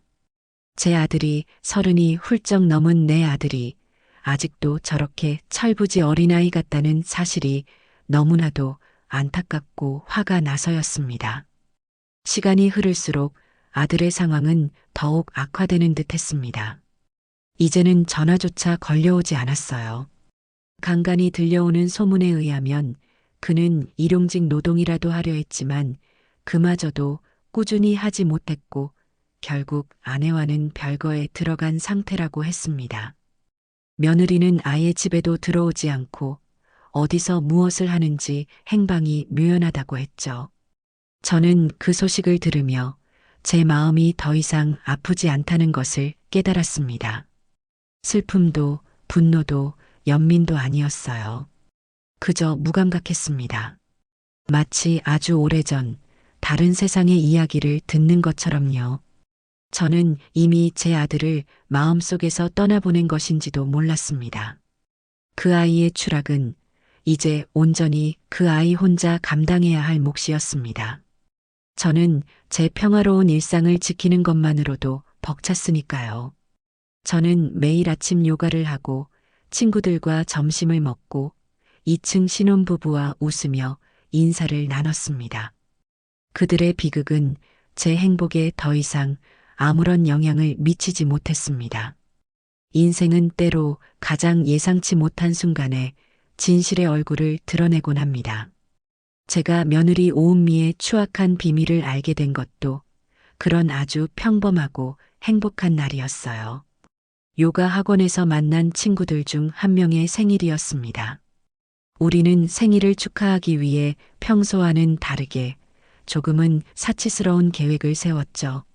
서울 강남에 있는 고급 호텔 레스토랑에서 점심을 먹기로 한 것이었어요. 저는 오랜만에 옷장 깊숙이 넣어두었던 가장 아끼는 외출복을 꺼내 입었습니다. 며느리에게 받은 상처를 치유하고 새로운 삶을 시작하면서 저 자신을 가꾸는 일에 더 이상 인색하게 굴지 않기로 마음먹었거든요. 친구들과 함께 도착한 호텔 로비는 휘황찬란한 샹들리에와 대리석 바닥으로 꾸며져 있어 저 같은 사람은 괜히 주눅이 들게 만드는 위압감이 있었습니다. 하지만 좋은 친구들과 함께 있으니 그런 낯선마저도 즐거운 경험으로 느껴졌어요. 우리는 예약된 레스토랑으로 올라가 창가 자리에 앉았습니다. 창밖으로는 바쁘게 움직이는 서울의 풍경이 한눈에 들어왔죠. 어머, 정숙 씨. 오늘 너무 고우시다. 좋은 일 있으세요? 친구의 칭찬에 저는 그저 웃으며 손사래를 쳤습니다. 우리는 즐겁게 음식을 주문하고 서로의 안부를 물으며 이야기꽃을 피웠어요. 제 삶이 이렇게나 평화롭고 행복해질 수 있다는 것을 불과 1년 전만 해도 저는 상상조차 하지 못했습니다. 사건이 일어난 것은 우리가 막 디저트를 먹기 시작했을 때였어요. 무심코 창밖을 내려다보던 제 시선이 호텔 정문 입구에 멈춰 섰습니다. 번쩍이는 검은색 고급 세단 한 대가 미끄러지듯 들어와 멈췄고 호텔 직원이 깍듯하게 달려와 차 문을 열어주었죠. 운전석에서는 중후한 멋이 흐르는 50살은 좋게 넘어 보이는 남자가 내렸습니다. 그리고 제 심장을 먹게 만든 광경이 펼쳐졌어요. 조수석에서 내린 것은 바로 제 며느리 오은미였습니다. 그 아이는 제가 알던 모습과는 완전히 다른 사람이 되어 있었어요. 머리부터 발끝까지 한눈에 봐도 수백만 원은 좋게 넘어 보이는 명품으로 치장하고 있었습니다. 남편은 월세방에서 술로 세월을 보내고 있다는데 그의 아내는 세상에서 가장 행복한 여자 같은 얼굴로 가 낯선 남자의 팔에 자연스럽게 팔짱을 끼고 있었어요. 남자는 익숙하다는 듯 은미의 허리를 감싸 안았고 두 사람은 다정한 연인처럼 웃으며 호텔 안으로 들어섰습니다. 저는 순간 숨을 쉴 수가 없었습니다. 손에 들고 있던 포크를 땡그랑 소리를 내며 접시 위로 떨어뜨렸어요. 제 모습이 이상했는지 친구들이 걱정스러운 얼굴로 저를 불렀습니다. 정숙 씨, 왜 그래요? 어디 안 좋아요? 얼굴이 새하얘졌어. 아니에요. 잠깐 현기증이 나서 화장실 좀 다녀올게요. 저는 겨우 자리에서 일어서서 비틀거리는 걸음으로 레스토랑을 나섰습니다. 심장이 미친 듯이 뛰고 손이 덜덜 떨렸어요. 분노 때문일까요? 아니었어요. 그것은 거대한 진실의 실체를 목격한 자의 전율이었습니다. 신우이가 했던 말, 남편은 망해가는데 아내는 백화점 VVIP 라운지를 드나든다는 그 소문의 실체가 바로 눈앞에 펼쳐진 것이었죠. 저는 이대로 돌아설 수 없었습니다. 저는 이 진실을 제 눈으로 똑똑히 확인해야만 했어요. 로비로 내려가니 두 사람은 라운지 소파에 앉아 무언가 이야기를 나누고 있었습니다. 저는 커다란 기둥 뒤에 몸을 숨기고 그들의 모습을 지켜보았어요. 저는 떨리는 손으로 스마트폰을 꺼내 들었습니다. 그리고 카메라를 켰어요. 손이 너무 떨려서 몇 번이나 초점을 놓쳤지만 저는 필사적으로 셔터를 눌렀습니다. 다정하게 웃으며 이야기를 나누는 두 사람의 모습, 남자가 은미의 머리를 쓰다듬는 모습, 은미가 남자에게 애교를 부리는 모습까지 수십 장의 사진을 찍었습니다. 그리고 그들이 엘리베이터를 타기 위해 일어서는 순간 저는 동영상 촬영 버튼을 눌렀어요. 엘리베이터를 기다리며 남자가 은미의 허리를 감싸 안고 은미가 그의 어깨에 머리를 기대는 그 짧은 순간이 제 스마트폰 안에 고스란히 담겼습니다. 증거를 확보하고 나니 오히려 머리가 차갑게 식었습니다. 저는 더 이상 그들을 지켜보지 않았어요. 조용히 몸을 돌려 친구들이 기다리는 레스토랑으로 돌아갔습니다. 괜찮아요? 정말 안색이 안 좋은데. 네, 괜찮아요. 이제 우리 디저트 마저 먹어요. 저는 아무 일도 없었다는 듯 웃으며 자리에 앉았습니다. 하지만 제 머릿속은 복잡하게 돌아가고 있었어요. 이 사실을 어떻게 해야 할까? 당장 아들에게 달려가 이 사진들을 보여줘야 할까? 아니면 모른 척 해야 할까? 집으로 돌아오는 내내 저는 깊은 고민에 빠졌습니다. 아들 내외의 일에 더 이상 관여하고 싶지 않았어요. 하지만 한편으로는 제 아들이 저렇게까지 망가진 이유의 절반은 저 기생충 같은 며느리 때문이라는 생각에 분노가 치밀었습니다. 그리고 제 아들이 자기 인생이 왜 망가졌는지 이유도 모른 채 평생을 자기 탓만 하며 살아가게 내버려 둘 수는 없었어요. 며칠을 고민했습니다. 그리고 마침내 결론을 내렸어요. 저는 이 일에 개입하는 것이 아니었습니다. 저는 그저 제 아들에게 진실을 알려줄 의무가 있었어요. 진실을 마주하고 어떤 선택을 할지는 온전히 그 아이의 몫이었습니다. 저는 수소문 끝에 아들이 일용직이를 구하기 위해 머문다는 시내의 한 허름한 여인숙 주소를 알아냈습니다. 그리고 며칠 뒤 저는 그곳으로 아들을 찾아갔어요. 약속도 없이 찾아간 제 모습에 아들은 유령이라도 본 사람처럼 놀란 얼굴이었습니다. 엄마 여긴 어쩐 일로? 잠깐 얘기 좀 하자. 근처에 조용한 찻집이라도 있니? 우리는 여인숙 근처의 낡은 다방으로 들어갔습니다. 아들은 죄인처럼 고개를 푹 숙인 채 제 앞에 앉아 있었어요. 저는 아무 말 없이 제 스마트폰을 꺼내 테이블 위에 올려놓았습니다. 그리고 사진첩을 열어 그날 호텔에서 찍었던 사진들을 아들 쪽으로 밀어주었어요. 이게 뭐야, 엄마? 아들은 떨리는 손으로 스마트폰을 들었습니다. 그리고 사진을 한 장 한 장 넘겨보기 시작했어요. 처음에는 의아해하던 그의 표정이 사진 속 여자가 자기 아내 오은미라는 것을 확인한 순간 경악으로 바뀌었습니다. 그리고 동영상을 재생했을 때 그의 얼굴은 하얗게 질리다 못해 잿빛으로 변해버렸어요. 이게 언제 어디서? 그는 말을 잇지 못하고 더듬거렸습니다. 저는 그의 눈을 똑바로 쳐다보며 아주 차분하고 조용한 목소리로 말했어요. 나는 너에게 무얼 하라고 말하러 온 게 아니다. 은미를 비난하러 온 것도 아니고 너를 동정하러 온 것도 아니야. 저는 잠시 말을 멈추고 숨을 골랐습니다. 나는 그저 너에게 진실이 무엇인지 알려주러 왔을 뿐이다. 너가 왜 불행한지, 너의 인생이 왜 이렇게 꼬였는지, 그 이유를 너는 알아야 할 권리가 있으니까. 이 진실을 보고 이제부터 어떻게 살아갈지는 온전히 너의 인생이고 너의 선택이다. 은미를 용서하고 다시 받아들이든 아니면 이 모든 것을 끝내고 새로운 삶을 시작하든 그 선택에 나는 더 이상 관여하지 않겠다. 하지만 이것 하나만은 기억해라, 민호야. 네 인생의 주인은 너 자신이라는 것을. 제 말이 끝나자 아들은 스마트폰을 테이블 위에 떨어뜨렸습니다. 그리고 두 손에 얼굴을 묶고 아이처럼 오열하기 시작했어요. 그것은 자기 연민의 눈물이 아니었습니다.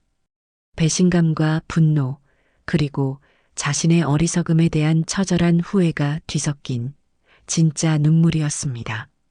저는 울고 있는 아들을 그 자리에 남겨두고 조용히 다방을 빠져나왔습니다. 이제 제 역할은 끝났어요. 제 아들은 제 도움 없이 스스로의 힘으로 인생의 가장 큰 파도를 넘어 야만했습니다. 제가 아들에게 진실이 담긴 스마트폰을 건네주고 돌아온 후 일주일이라는 시간은 마치 폭풍의 눈처럼 고요하게 흘러갔습니다. 저는 정원 한편의 작은 텃밭에 상추와 깻잎을 심고 요가 학원에 나가 땀을 흘리며 제 일상을 오롯이 살아냈어요. 아들의 일을 애써 외면한 것이 아니었습니다.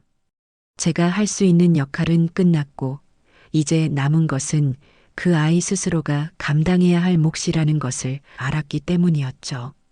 그 아이에게는 스스로의 상처를 들여다보고 무너진 자기 자신을 수습할 시간이 절실하게 필요했을 겁니다. 일주일째 되던 날 저녁이었어요. 2층 신혼부부가 저녁 식사에 초대해 주어 함께 맛있는 김치찌개를 먹고 1층으로 내려와 차를 마시고 있었습니다. 그때 제 스마트폰이 조용히 울렸어요. 화면에는 모르는 번호가 떠 있었습니다. 저는 잠시 망설이다가 신혼부부에게 양해를 구하고 통화 버튼을 눌렀어요. 수화기 너머에서는 한동안 아무 소리도 들리지 않았습니다. 그저 거칠고 혼란스러운 숨소리만이 희미하게 들려왔죠. 민호니? 제가 먼저 묻자 수화기 너머에서 마침내 잠기고 갈라진 목소리가 들려왔습니다. 아들이었어요. 엄마. 그래, 민호야. 나 은미랑 이혼하기로 했어, 엄마. 그의 목소리는 지난번 술에 취해 걸려왔던 전화와는 완전히 달랐습니다. 분노나 자기 연민이 아니었어요. 모든 것을 잃어버린 사람의 깊은 허탈감과 그럼에도 불구하고 현실을 직시하려는 희미한 의지가 섞여 있는 그런 목소리였습니다. 엄마가 보여준 사진들 그거 가지고 그저께 은미를 만났어. 처음에는 무슨 소리냐고 누가 이런 말도 안 되는 합성 사진으로 자기를 모함하냐고 소리를 지르더라고. 자기는 친구 만난 것밖에 없다고 어머니가 우리 사이를 이간질하려고 별짓을 다 한다고 오히려 나한테 화를 냈어. 아들은 잠시 말을 멈추고 길게 숨을 내쉬었습니다. 그래서 내가 동영상도 보여줬어. 호텔 엘리베이터 앞에서 그 남자랑 껴안고 있는 동영상. 그걸 보고 나니까 그의 얼굴이 하얗게 질리면서 아무 말도 못하더라고. 그리고는 다 인정했어. 저는 조용히 아들의 말을 들었습니다. 그 남자, 은미가 나랑 결혼하기 전부터 알고 지내던 사람이었대.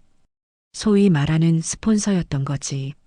나랑 결혼하는 조건으로 그 남자와의 관계를 정리하기로 했는데 약속을 어기고 계속 만나왔던 거야. 내가 벌어다 주는 돈으로는 자기 품위 유지가 안 되니까 그 남자한테 매달 용돈을 받아서 명품도 사고 비싼 데서 밥도 먹고 그렇게 살아왔던 거였어. 내가 힘들다고 우리 이제 아껴 써야 한다고 말할 때마다 자기도 죽겠다고 힘들다고 연기하면서 뒤로는 나 몰래 그런 이중생활을 하고 있었던 거지. 엄마. 아들의 목소리는 담담했지만 그 안에 담긴 배신감의 깊이는 가늠하기조차 힘들었습니다. 내가 얼마나 등신 같고 바보 같은 놈이었는지 이제 알겠어. 나는 은미를 사랑한다고 믿었는데 어쩌면 나는 한 번도 진짜 오은미라는 사람을 본 적이 없는지도 몰라. 내가 사랑했던 건 그 애가 내 앞에서 연기했던 순진하고 애교 많은 모습이었던 거야. 그리고 엄마 나는 엄마한테 정말 죽을 죄를 지었어. 그런 애 말만 믿고 엄마 가슴에 그렇게 깊은 상처를 줬으니 나는 아들로서도 실패했고 남편으로서도 완전히 실패한 놈이야. 그냥 쓰레기였어. 수화기 너머로 그의 흐느낌이 들려왔습니다. 그것은 더 이상 동정을 구하는 눈물이 아니었어요. 자신의 어리석음과 잘못을 뼈저리게 깨달은 자의 처절한 참회의 눈물이었습니다. 엄마 미안해. 정말 미안해.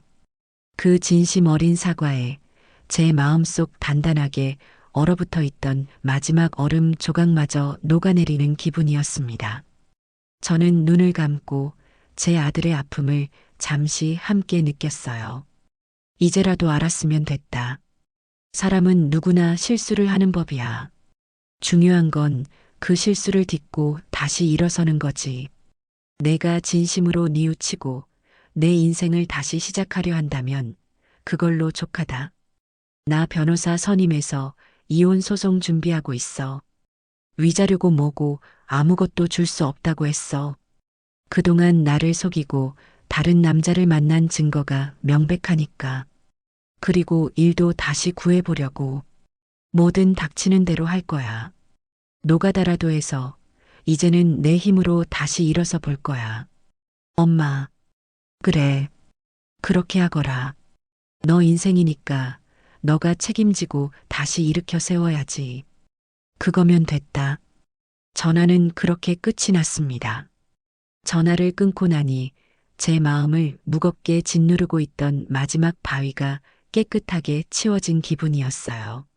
제 아들은 비록 인생의 가장 밑바닥으로 떨어졌지만 역설적이게도 그곳에서 비로소 자기 자신을 마주하고 다시 일어설 힘을 얻은 것이었습니다.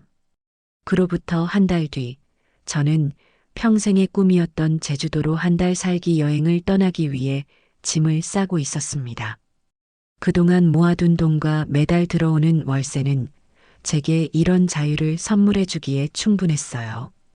여행 가방을 거의 다 꾸렸을 때쯤 현관 초인종이 울렸습니다.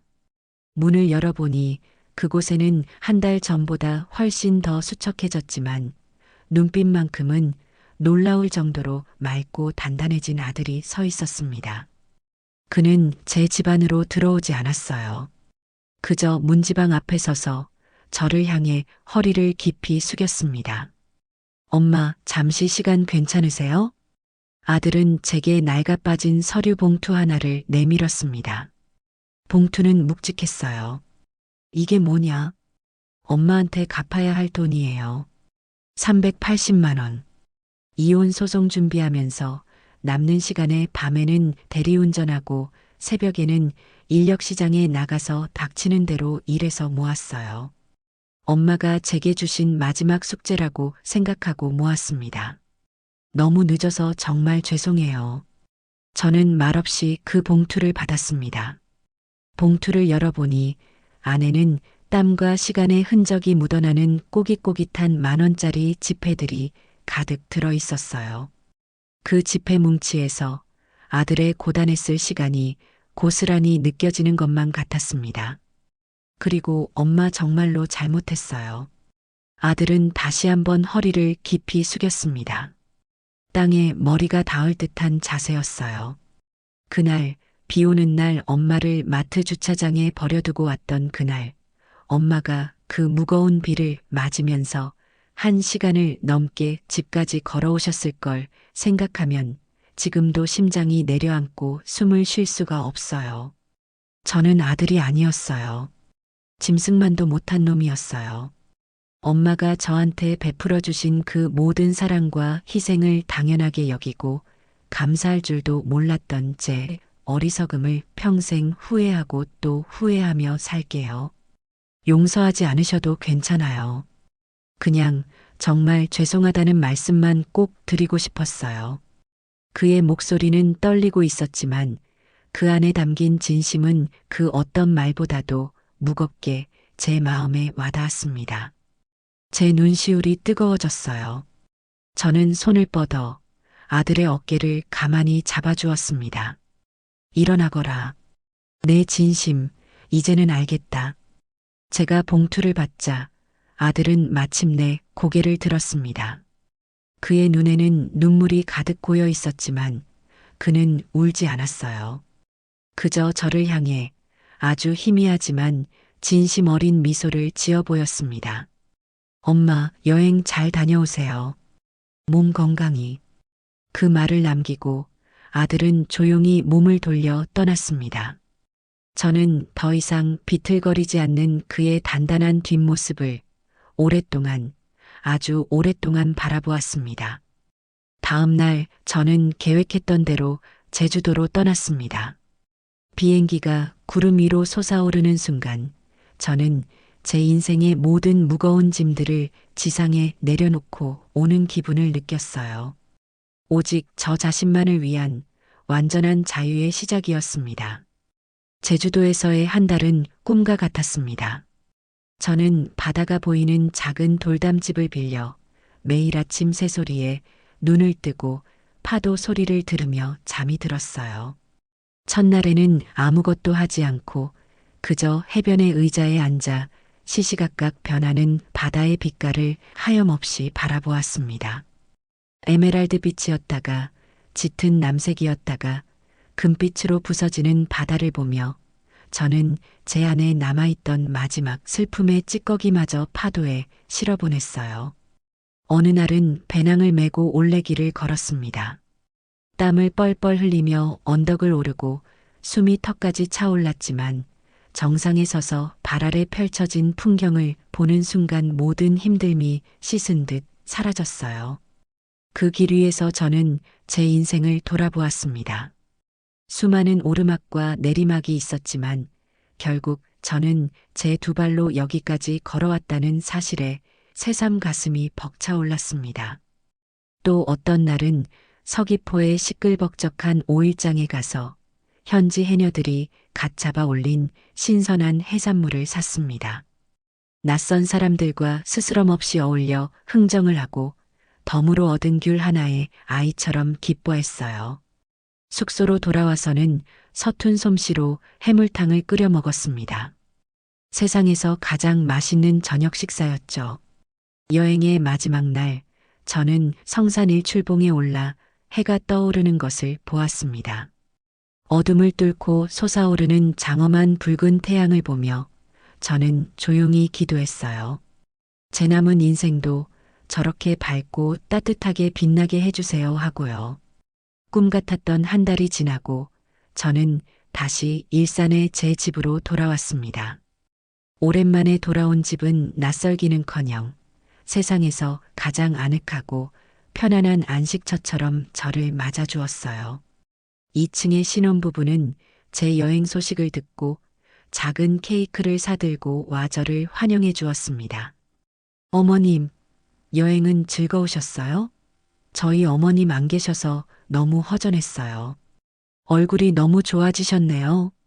그들의 살가운 환대에 저는 다시 한번 진짜 가족의 온기를 느꼈습니다.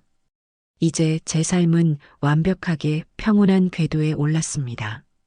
저는 매일 요가를 하고 친구들과 만나 웃고 텃밭에서 직접 키운 채소를 수확하는 기쁨을 누리며 살고 있어요. 아들에게서는 가끔, 아주 가끔씩 안부 문자가 옵니다. 엄마, 식사는 잘 챙겨 드세요. 날이 추운데 감기 조심하세요. 같은 아무것도 바라지 않는 짧은 안부. 그러면 저는 그래, 너도 잘 지내라고 짧게 답장을 보내줍니다. 우리는 더 이상 서로의 삶에 깊이 관여하지 않지만 각자의 자리에서 서로의 안녕을 빌어주는 그런 어른스러운 관계가 되었습니다. 오늘도 저는 거실 창가에 앉아 제가 아끼는 난초의 잎을 정성껏 닦아줍니다. 창밖으로는 따스한 가을 햇살이 쏟아져 내리고 2층에서는 신혼부부의 기분 좋은 웃음소리가 희미하게 들려와요. 이 평화, 이 자유. 이것이야말로 그날 빗속의 주차장에 버려졌던 제가 제 인생의 모든 것을 걸고 싸워 되찾은 가장 눈부시고 값진 전리품이었습니다.